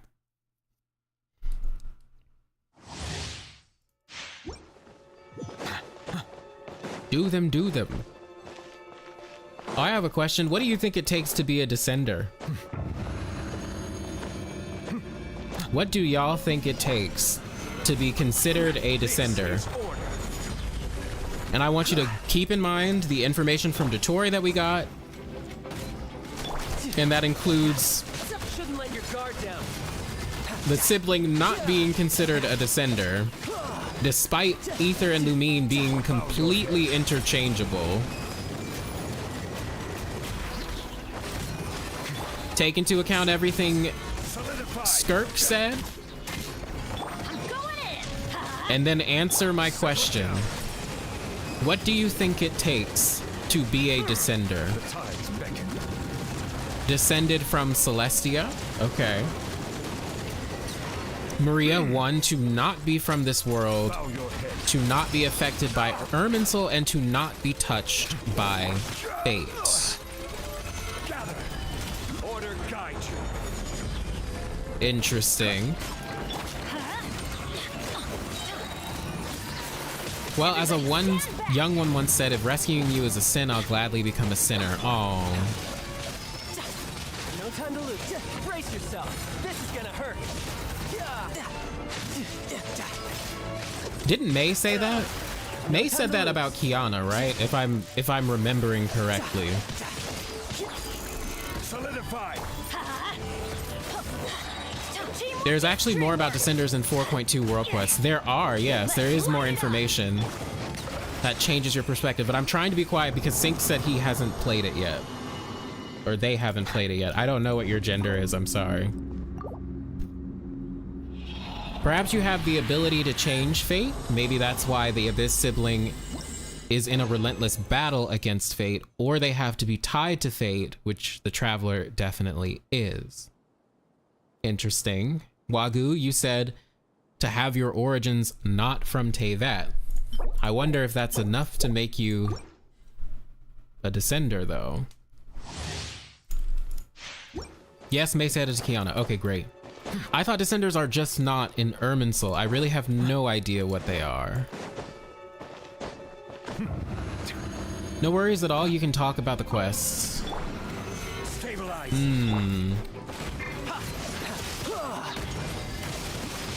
Well, okay. I'll just say this. The final parts of the Narcissan Kreutz World Quest kind of make you think about what it means to descend in its full implications. And it's more than just like not being from this world. Everybody stand back. Descended from beyond the firmament, maybe. Okay. Still rambling about the other discussion. Why are A's puppets and the Catherine puppets the only exception to what kind of humans Celestia doesn't like?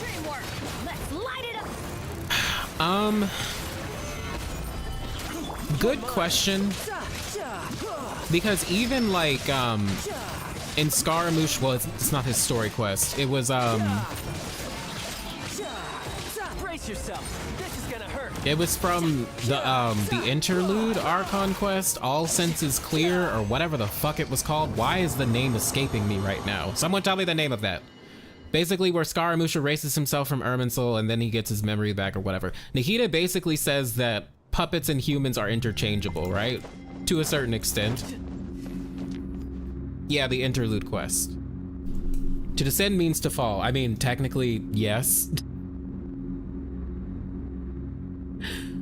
I feel like the difference, it literally just might be organic life and not synthetic life that they give a fuck about. But at the same time, we have to remember that A created her puppets using a quote-unquote forbidden technique from what is heavily implied to be Conria.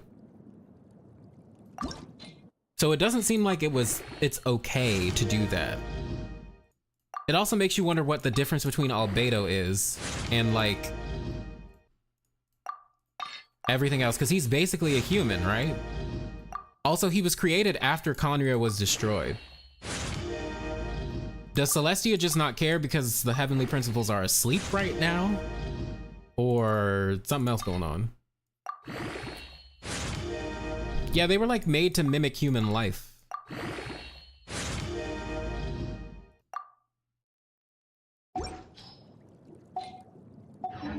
You know, there are better ways to seek out our enemies. It's in the Tan Island in the new area. It's where the sealed ruin tower is at, right in front of the teleport. Okay, actually, when we're done with this, we can go over there really quick. Descenders equals fallen angels. I mean, technically, yeah, I think you're right. Because that's what I think the fucking travelers are. We can argue that even yokai like Kujo Sara and Ito are considered humans by Celestia. Probably. Adding on to the question of what's a descender, if someone ascended, then descended, should they be considered a descender? Good question, I have no idea.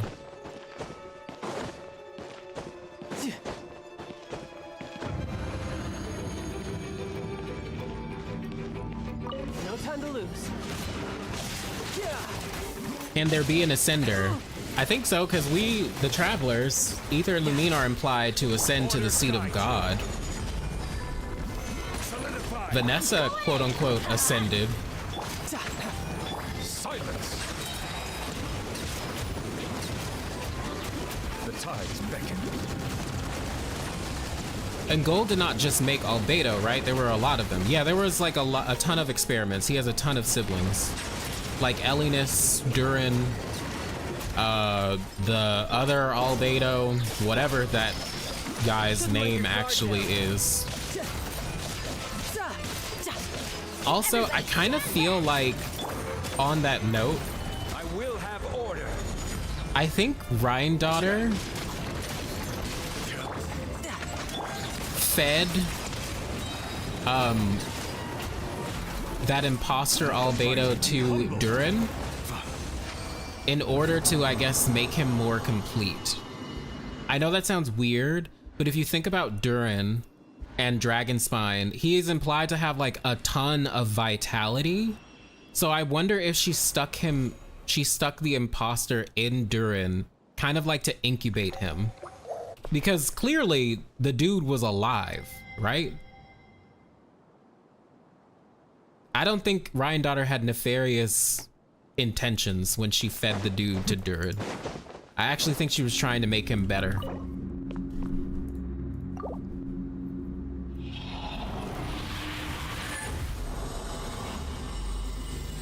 Is there any entity that left Teyvat?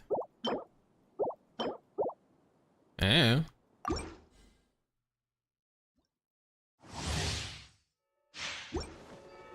Don't know. I think Alice may be an Ascender personally. That would be interesting. If the Traveler is from Celestia, could that explain why the Traveler isn't in Irminsul? This is assuming that those in Celestia are not recorded since we didn't learn about the unknown god. True.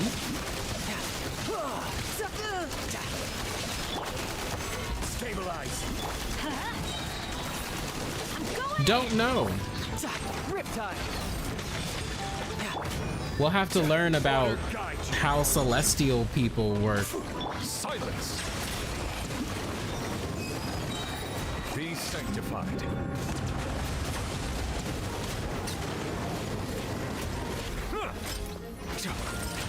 Settle down. Justice is blindsided. Oh fuck. Gather. The Traveler's character story even says the one who embraces heaven and earth. So perhaps they're like a half-breed.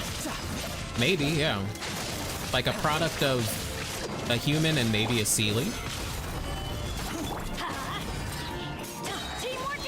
Bow your head.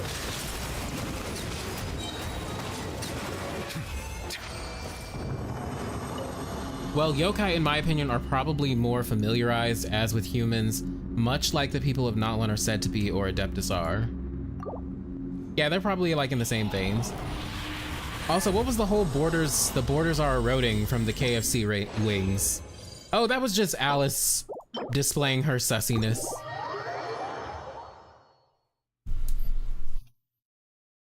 I guess the firmament is like cracking again. Something bad's gonna happen.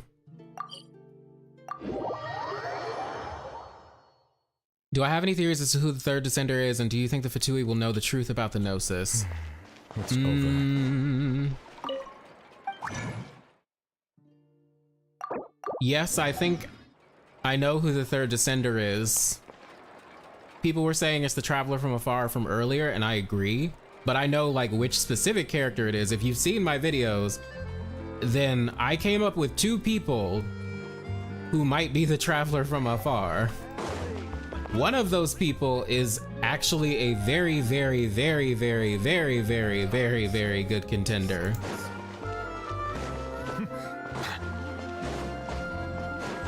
But that's all I'm saying.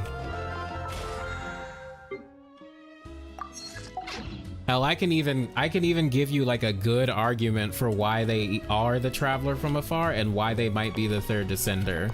But we're gonna wait for videos because it's a video thing. Makes it more apparent that we need more Traveler lore. What are they keeping to themselves? Oh, as for whether by the way, the Fatui know the truth about the Gnosis, I think they do. I honestly think they do. Cause Piero, I really do think they know, but they might not, but I do think they know. Is it Dane? Don't know, maybe. Could be the other guy I said it might be. I gave you 2 options. 2 bachelors.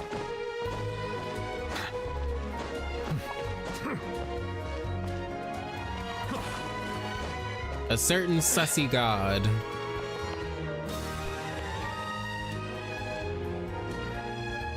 Knowing how valuable the Traveler is, I wonder why the Fatui were fine trying to kill the Traveler, Child, and Senora. Maybe it was all part of the Tsaritsa's plan. Maybe it's like a test. I honestly don't know. My thing glitched, but you mean Venti, right? Maybe. Yes, it's yeah, I think it's either Venti or Dainsleif, I'm gonna be fucking honest with you. And I think it's probably Venti. It's probably Venti. It's probably Venti.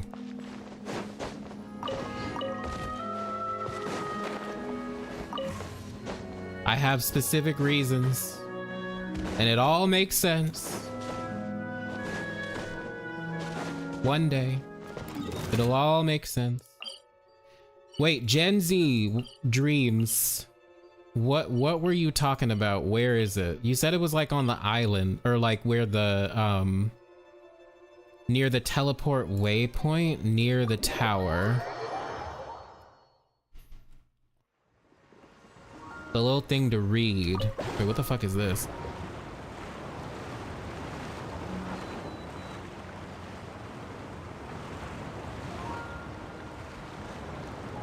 I just looked at the map and the island is on the right side of the island where Poisson is. Do Venti and Dainsleif know each other? I don't know, maybe. I feel like they do.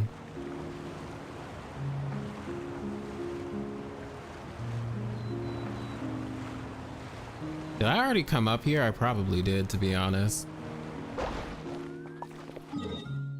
Okay, so you said it's like the island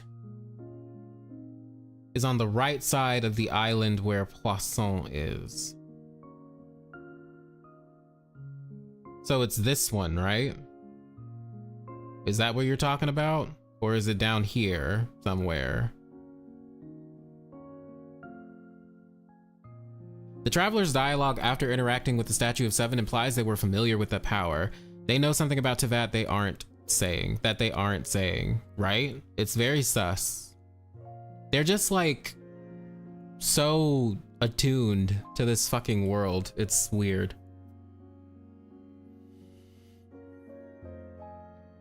Either they are putting the third Descender back together, or they are resurrecting the Dragon King.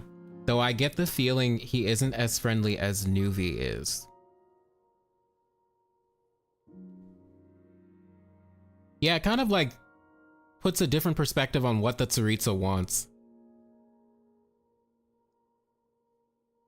Because right now it's seeming like they might want to resurrect the third Descender. I don't know, we're looking for some sort of document. Wait, the island isn't on your map. The big ass tower was there. Oh yeah, because I did the world quest.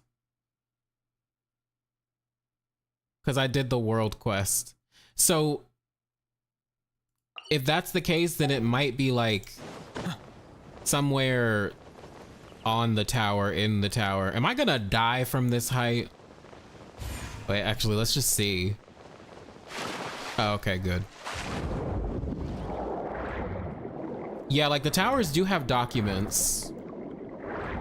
I believe they talk about some of the Narzissen-Kreutz Ordo members. But there are documents over here, hold on, that you can find. If we can find them.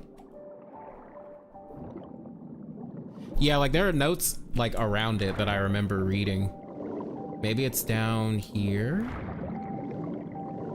Gotta go lower. Yeah, let's like, they're in these things. Yeah, there's one right here.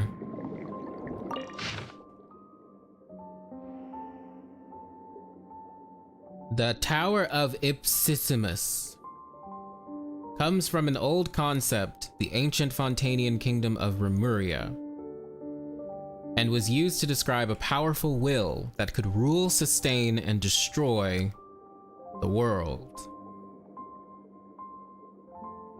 This tower was designed by the Narzissen-Kreutz Ordo.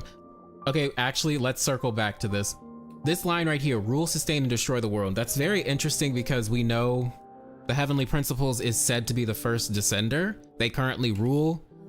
They have a sustainer. And the Traveler, who is a descender, is supposedly has the power to destroy the world, right? Or is like a world beast or considered that. So I think that line is very interesting. And I think this is actually referring to Descenders in general. I think this is actually what describes Descenders the best, a powerful will that could rule, sustain, and destroy the world, while also being from outside of the world, maybe. Okay, so this is the document, great. This tower was designed by the Nardzitzenkreuz Ordo, and it represents the evolution of the human soul. Interesting. And the infinite mysteries of the world. Interesting. Infinite mysteries of the world kind of makes me think of the abyss because of how mysterious it is. And the evolution of the human soul makes me think about ascending and like allogenes. The Nardzitzenkreuz Ordo believes that people continuously refine themselves through samsara cycles. These include Hyperborea, which, by the way, is very important to like Greek and Roman mythology. It's like, if I'm remembering correctly from what I read about this a while ago, it's like the northernmost point. It's situated in the northernmost point in like Greek and Roman mythology. A bunch of people lived there that were like super lucky or something. Super fortunate. I can't remember. I'll have to go back and look at it. Somebody can fact check that all day. Natlantian, also outside of, you know, mythology, Hyperborea is something that's been mentioned in connection with Snezhnaya. So that's interesting, considering the name of the next thing, which is Natlantian. We're about to go to Natlan. Remuria, which we know is in Fontaine, and then the first half of the fourth samsara, Kraun Aria, which sounds fucking similar to Conria, which we are presently experiencing. So what's interesting about this are the elements that these correspond to. So like Hyperborea, cryo, Natlantian, possibly pyro, Remuria, hydro, and then Conria is the mystery element here. But the interesting thing is that this corresponds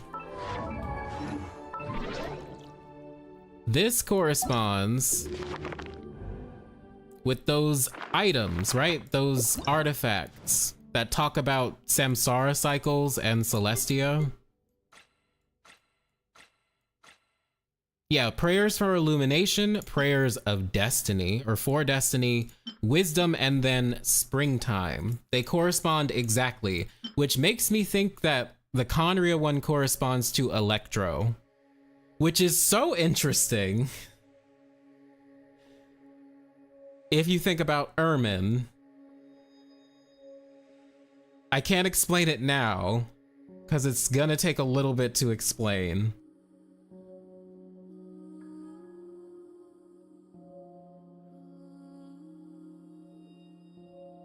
But it goes back to parallels. There's a lot involved in this. Here's an easy way to explain it, actually, with the Electro thing. Deshret, right? We've talked about Deshret. A lot of people have talked about Deshret being a parallel to Ermin. I have. If you've seen Ashikai's video, she has. Right? Parallel to Ermin. If you remember back to when they were talking about Sumeru and the interactions that happen between the elements in Sumeru and what they represent, then you might remember when they explained aggravate, whatever the other one is called, for when Electro and Dendro react with each other, and then the interactions between Hydro and Dendro, etc. So basically the main elements were Hydro, Electro, and Dendro, right? And Electro represented power and all this other stuff. Thank you, catalyze. But also, if you think about those elements, they represent the three main gods in that region, which were Deshret, the goddess of flowers, and then Rukkhadevata. And the goddess of flowers and Rukkhadevata were Hydro and Dendro, respectively, which would leave the electro element to be representative of Deshret. And if Deshret is a parallel of Ermin, then he would also correspond with the electro element. But also Deshret kind of was implied to control all of the elements, but that's irrelevant to now. Does that make sense?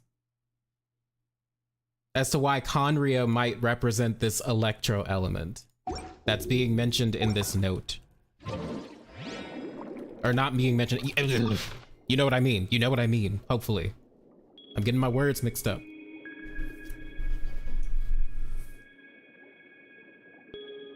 Okay, good. Yes, yes, yes. Okay. Yeah, this note is really interesting. Okay, let's keep going. Please take note that these are just names given to these eras by the Ordo based on ancient texts, and this evolution refers to spiritual evolution.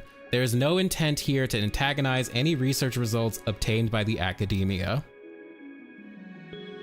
The human spirit undergoes the loss of paradise, kind of like Adam and Eve were kicked out of paradise, and they lost a whole bunch of benefits, basically, of being in the Garden of Eden.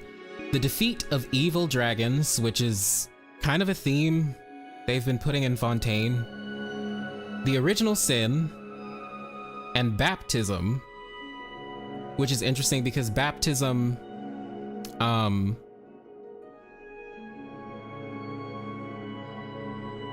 well, there are many ways to be baptized, right? You can be baptized by fire or baptized usually by water. And then finally, freedom from the gods.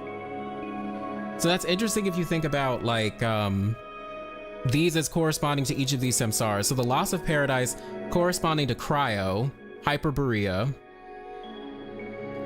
The defeat of evil dragons, Notlantian, which is interesting because Notlan is apparently a nation of fucking dragons. So that corresponds to Pyro. The original sin and baptism, Remuria, Fontaine. Egeria broke the original sin, or whatever the fuck, she committed a sin of creating life. And then water also represents baptism, reborn again, right? And then freedom from the gods, which is what Conria kind of wanted. They wanted autonomy. They were a nation prided on human achievement. By the way, Onion, have you returned to the Nardzitzenkreuz Ordo after the world quest? You'll find an interesting note there. I don't think I did. We'll do that actually when we finish this. Conria is the Soviet Union. Oh my god. I mean, there are parallels. I honestly think Snezhnaya will be heavily based on the Soviet Union. I mean, definitely different parts of Russian history, but definitely the Soviet Union as well.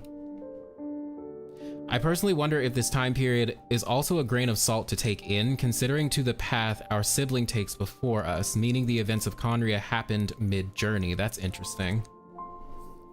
Where is the Electro Dragon? That is a good fucking question. We have no idea, and it's very frustrating. There's literally no mention of the Electro Dragon. But if you think about it, we learned about the Hydro Dragon in Enkanomiya, which is in Inazuma. So it makes me wonder if we're going to learn about the Electro Dragon in like Notlan or something. And then we're gonna go back to Inazuma. You know what I mean? I don't know. Maybe it's in Conria, who the fuck knows? Oh yeah, no mention of the Cryo Dragon either.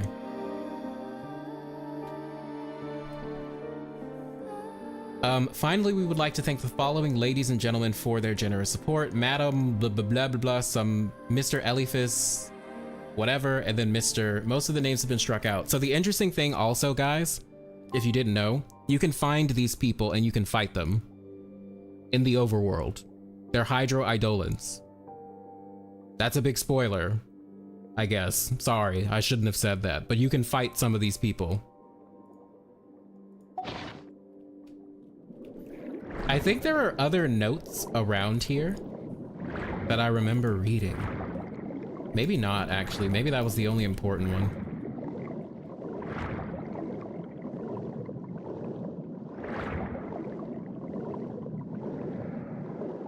Electro is a mutation of the hydro element similar to cryo. This was found when that one dude studied the bishops. Oh, with the Enkanomiya experiment thingy?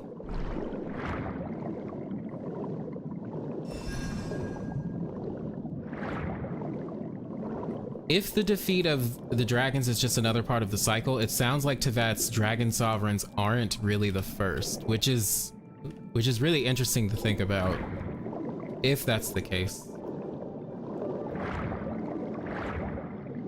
Okay, actually, let's just go into the Ordo. We gotta swim to the ceiling, and then we can enter it, I think, from right here? Somewhere? From somewhere. I feel like I just passed it. I'll never turn on Fannies. Wait, what do you mean? What do you mean you'll never turn on Fannies? All three? I only found one Eidolon. I don't know if all three can be found, but I found, well, I'll just say it, Elephas? That's the one I found and fought. There might be others though. Maybe, maybe not. You're right, I can use the book teleport, but I'm being yeah, because I know you can get in there from here.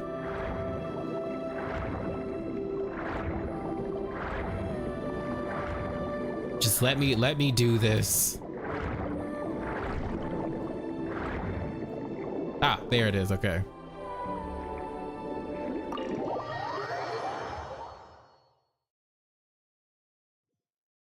I wonder if the Tsaritsa tried to recruit the Cryo Dragon. No idea. Wait, this is the wrong place. I went by it 3 times, I did. I'm sorry. The world's, oh my god. Sync, this is huge spoilers for you, so I'm sorry. Io Pan. You know what's interesting about Io and Pan? Oh, this just is more venti conspiracy theories, and also Io is an important goddess. If you don't remember or know about Io, Zeus was actually, because he cheated on Hera a lot, right? So Zeus was infatuated with Io and was fucking around with her. Hera has a very prolific history of punishing the women Zeus sleeps with, because I guess she can't really punish Zeus, so instead she punishes the women who can't really say no to Zeus. So in order to protect her, one of the myths is that Zeus turns her into like a cow or something. Yeah, typical Zeus behavior. He like turns her into a cow to protect her.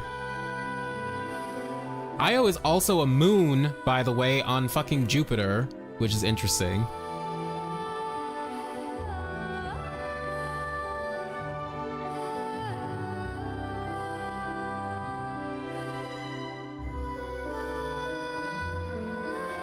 Oh my goodness. Sorry, I'm yawning right now. I'm yawning not because I'm tired. I'm actually fucking starving. I'm gonna have to go get something to eat. But the interesting thing about Io is that also in certain contexts, she was conflated with the Egyptian goddess Isis.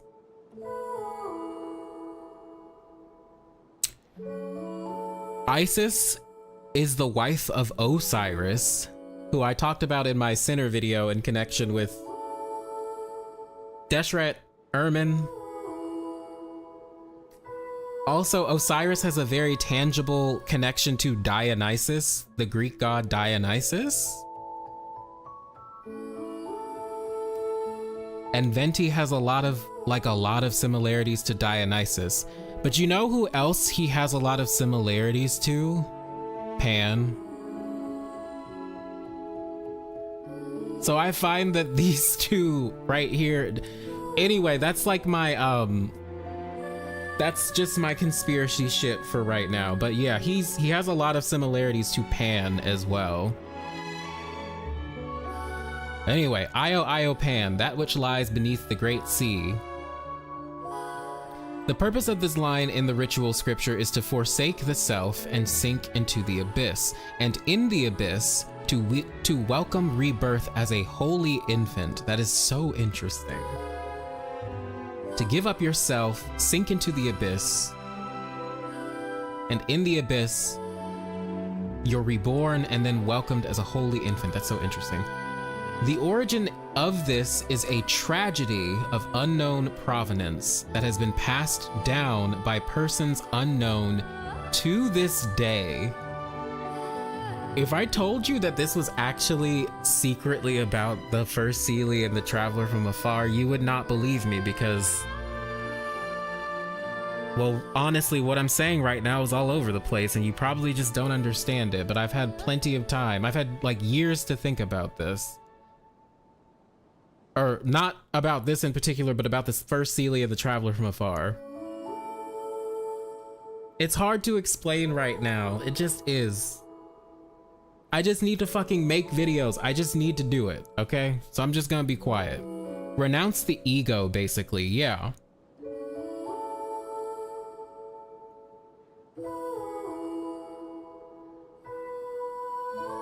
Sometimes I think back to the old major lore hints in 1.1 and wonder if Hoyo forgot or if they're just waiting. Like how the Abyss mages speak of the twins' homeland returning instead of our. Yeah. I don't know. I feel like they don't forget. I don't want to say that they do or that they're like retconning anything, because it really does feel like they've planned out everything from the beginning. Or at least like a, excuse me, like a lot of stuff.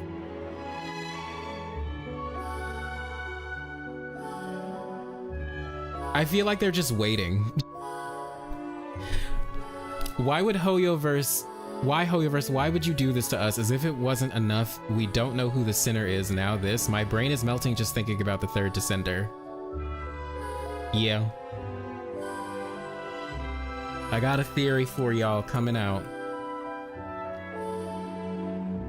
What isn't connected to the Seelie and the Outlander from Afar at this point? I mean, true. I think everything eventually goes back to them and also to fucking Istaroth, but y'all know I'm already like brain rot Moon Sister lore enthusiast, so you come to me if you want to hear me rant about Seelies all day. I am the Mr. Crocker of Genshin Impact.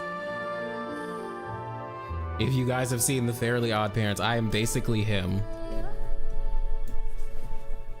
I read philosophy for fun, Onion. I'm with you. We got that schizo in us. Yes, good. A fellow crazy person who's not crazy. Me with the travelers, lol, basically. Oh, it's so nice to see people who are also insane about the lore. Not to mention all the names Skirk dropped. Yeah, which was like a bomb in and of itself that, holy shit, we need time to parse. You know what's interesting? What was her teacher's name? Vidolfnir or something? Verdolfnir? Verdolfnir or whatever?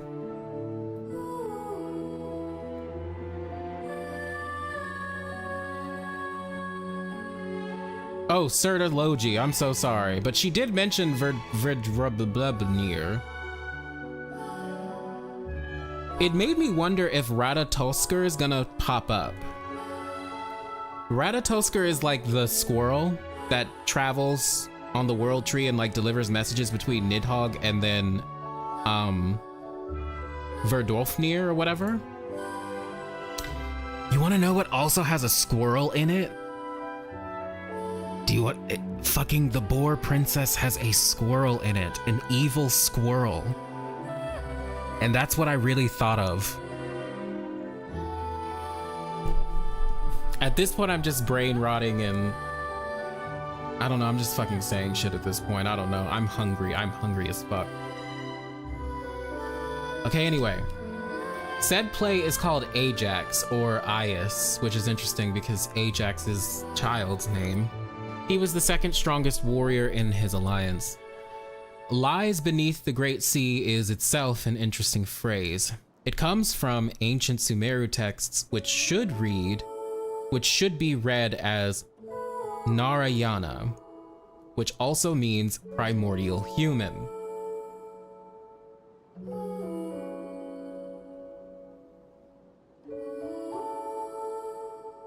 There's that fucking term again. This too is my goal. For not all that comes from beyond may be as one that descends. So here's the important thing that like changes your opinion about descenders a little bit, or at least changed mine a little bit, my perspective. Not all that comes from beyond may be as one that descends. That title belongs only to wills that can rival an entire world.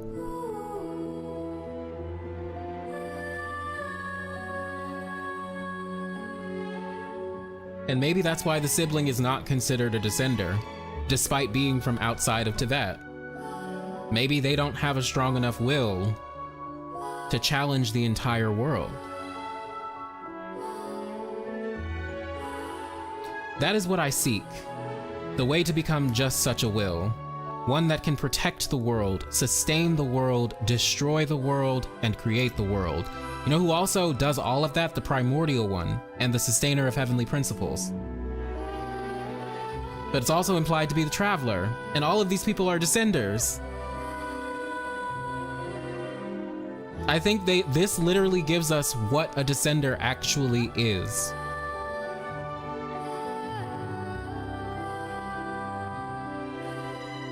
Yeah, a descender is one that can change the world.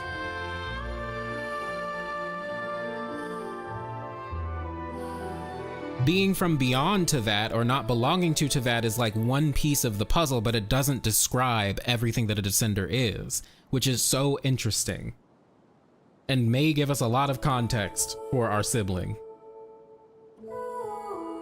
I wonder if someone from the Hexen Circle wrote the play about fictional hero Ajax as a way to mask a prophecy about present Ajax, aka Child. Honestly, I would believe that at this point, because remember what Mona was talking about, like the visionary, a visionary, and being a visionary, someone who basically is able to like perceive major prophecies about the world. It just makes me wonder if visionaries are the people who are actually keeping the true history, writing true history, and disseminating it to people in the form of like books. Kind of like Mr. Nine or Jay from the Hexen Circle. I think that's the one who wrote The Boar Princess, The Pale Princess, and The Six Pygmies possibly, and all those other books, right? Or yeah, maybe the Hexen Circle are all fucking visionaries.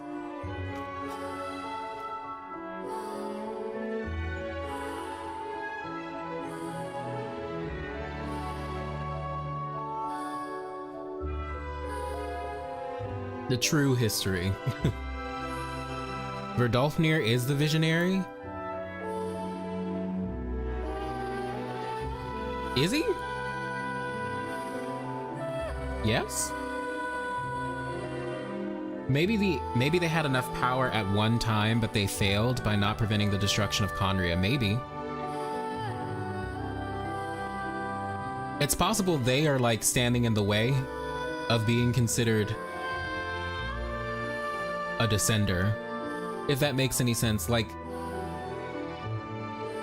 I don't know.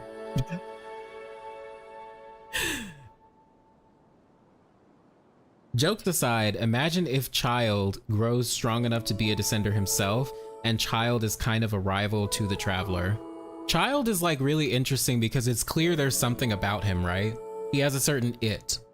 The last time we heard about an it was when Dainsleif mentioned it. And apparently that it, whatever it is, helps Conrians, pure-blooded ones from what it seems like, retain their personalities even after being cursed. So I find that to be interesting. Sertology is called the Foul, Verdolfnir is called the Visionary. I guess I was confused because of the way in which it was said, and also the way in which the subtitles were written. So I wasn't quite sure. Have I read the Fontaine Glider lore? Yes. It talks about Egeria,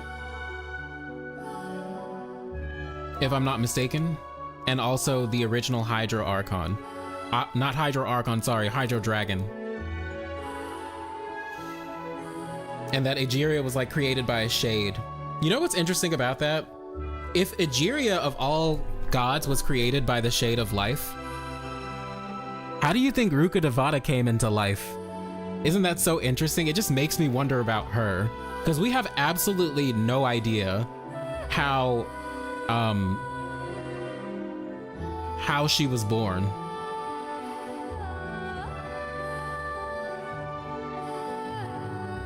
All we know is that she's technically the avatar of Irminsul. But how was Irminsul born?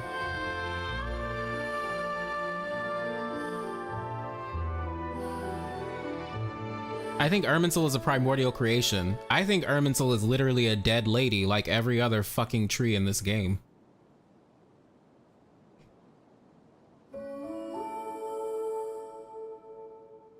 I've been wondering that too. It's so odd that the element of life isn't the most connected to it, right? But then again, Hydro and Dendro are very like connected to each other.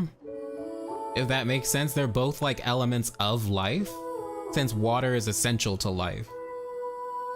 But it is weird.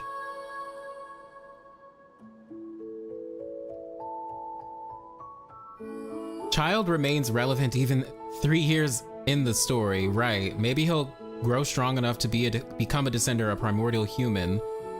Maybe this refers to a special constitution, like a body free of impurities. True, maybe. Could it be Istaroth then? That's what I think. I think it's actually Istaroth, but that's just my thought. I think very specific things happened to the Shades in order to save the world. And I think one of them became Irminsul.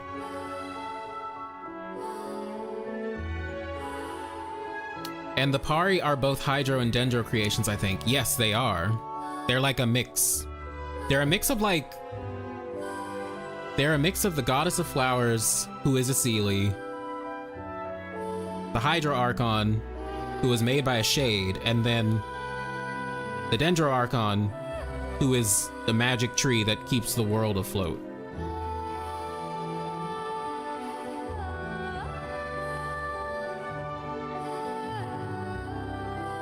It could be the Shade of Life, but I have no way to prove that. Maybe Istaroth is the Shade of Life, who knows? Well, she's the Shade of Time. But then again, we don't know what the Shades are called. We just name them that, right?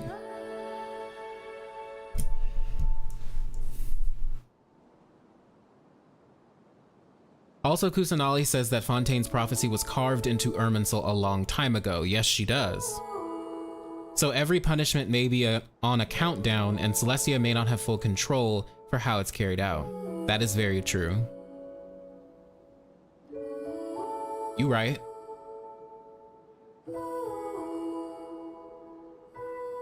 And also, I feel like they don't have a blueprint for it. Like, maybe they just don't know how it's going to happen. But then again, maybe they would have to know. Especially if the future is written. But I don't know. Because like the whale is extraterrestrial. So how the fuck would they have known it was coming? Isn't the Traveler Pyro in the manga? Is he? Is Ether shown with an elemental affinity in the manga?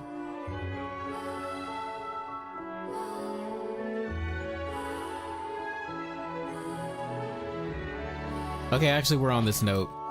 for too long. But yeah, that's like the secret note that makes you wonder about Descenders. Also, the Narcissus Kreuz quest itself makes you think because you have a conversation with a certain someone.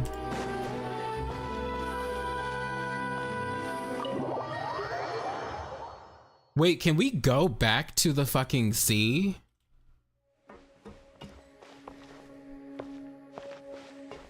Oh. No, we can't. That sucks. Crud. I would have liked to like take pictures, or I didn't get to do that while I was doing the quest. I hate, fuck. I'm so angry that I didn't get to do that. And now we can't go back. Yeah, Sync, you have a lot to do.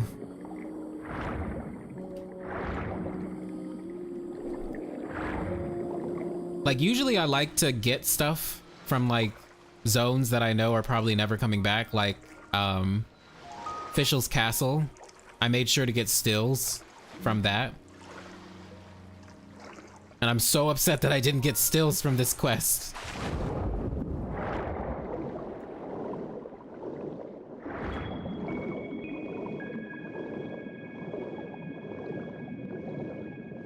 Okay, y'all, actually... Oh gosh, this is like Pizel and asking questions. Yeah, it's like rabbit holes lead into more rabbit holes and it becomes confusing. And I know I'm not helping things by just saying random shit that comes to mind. But okay, y'all. I think we're gonna end it here. I'm hungry, so I'm gonna go get something to eat. I think my brother ordered pizza, so I'm gonna go get that. But thank you for joining. This was a really fun time. It was nice to talk lore with you guys like usual and play FURINA'S story quest, which was really, really fun to play through. It was a good quest, oh my goodness. And the animated scene, ugh, just perfection. Yeah, I think I had to buy a new one too because I just have so much footage. But yes, okay, have a good night, everyone, or morning or afternoon, whatever it is. I'm gonna go enjoy my dinner. Y'all have a very good night. And I will catch y'all very, very soon. And this time it won't be fucking streams, it's gonna be videos. So get excited. December's gonna be exciting. All right. Bye.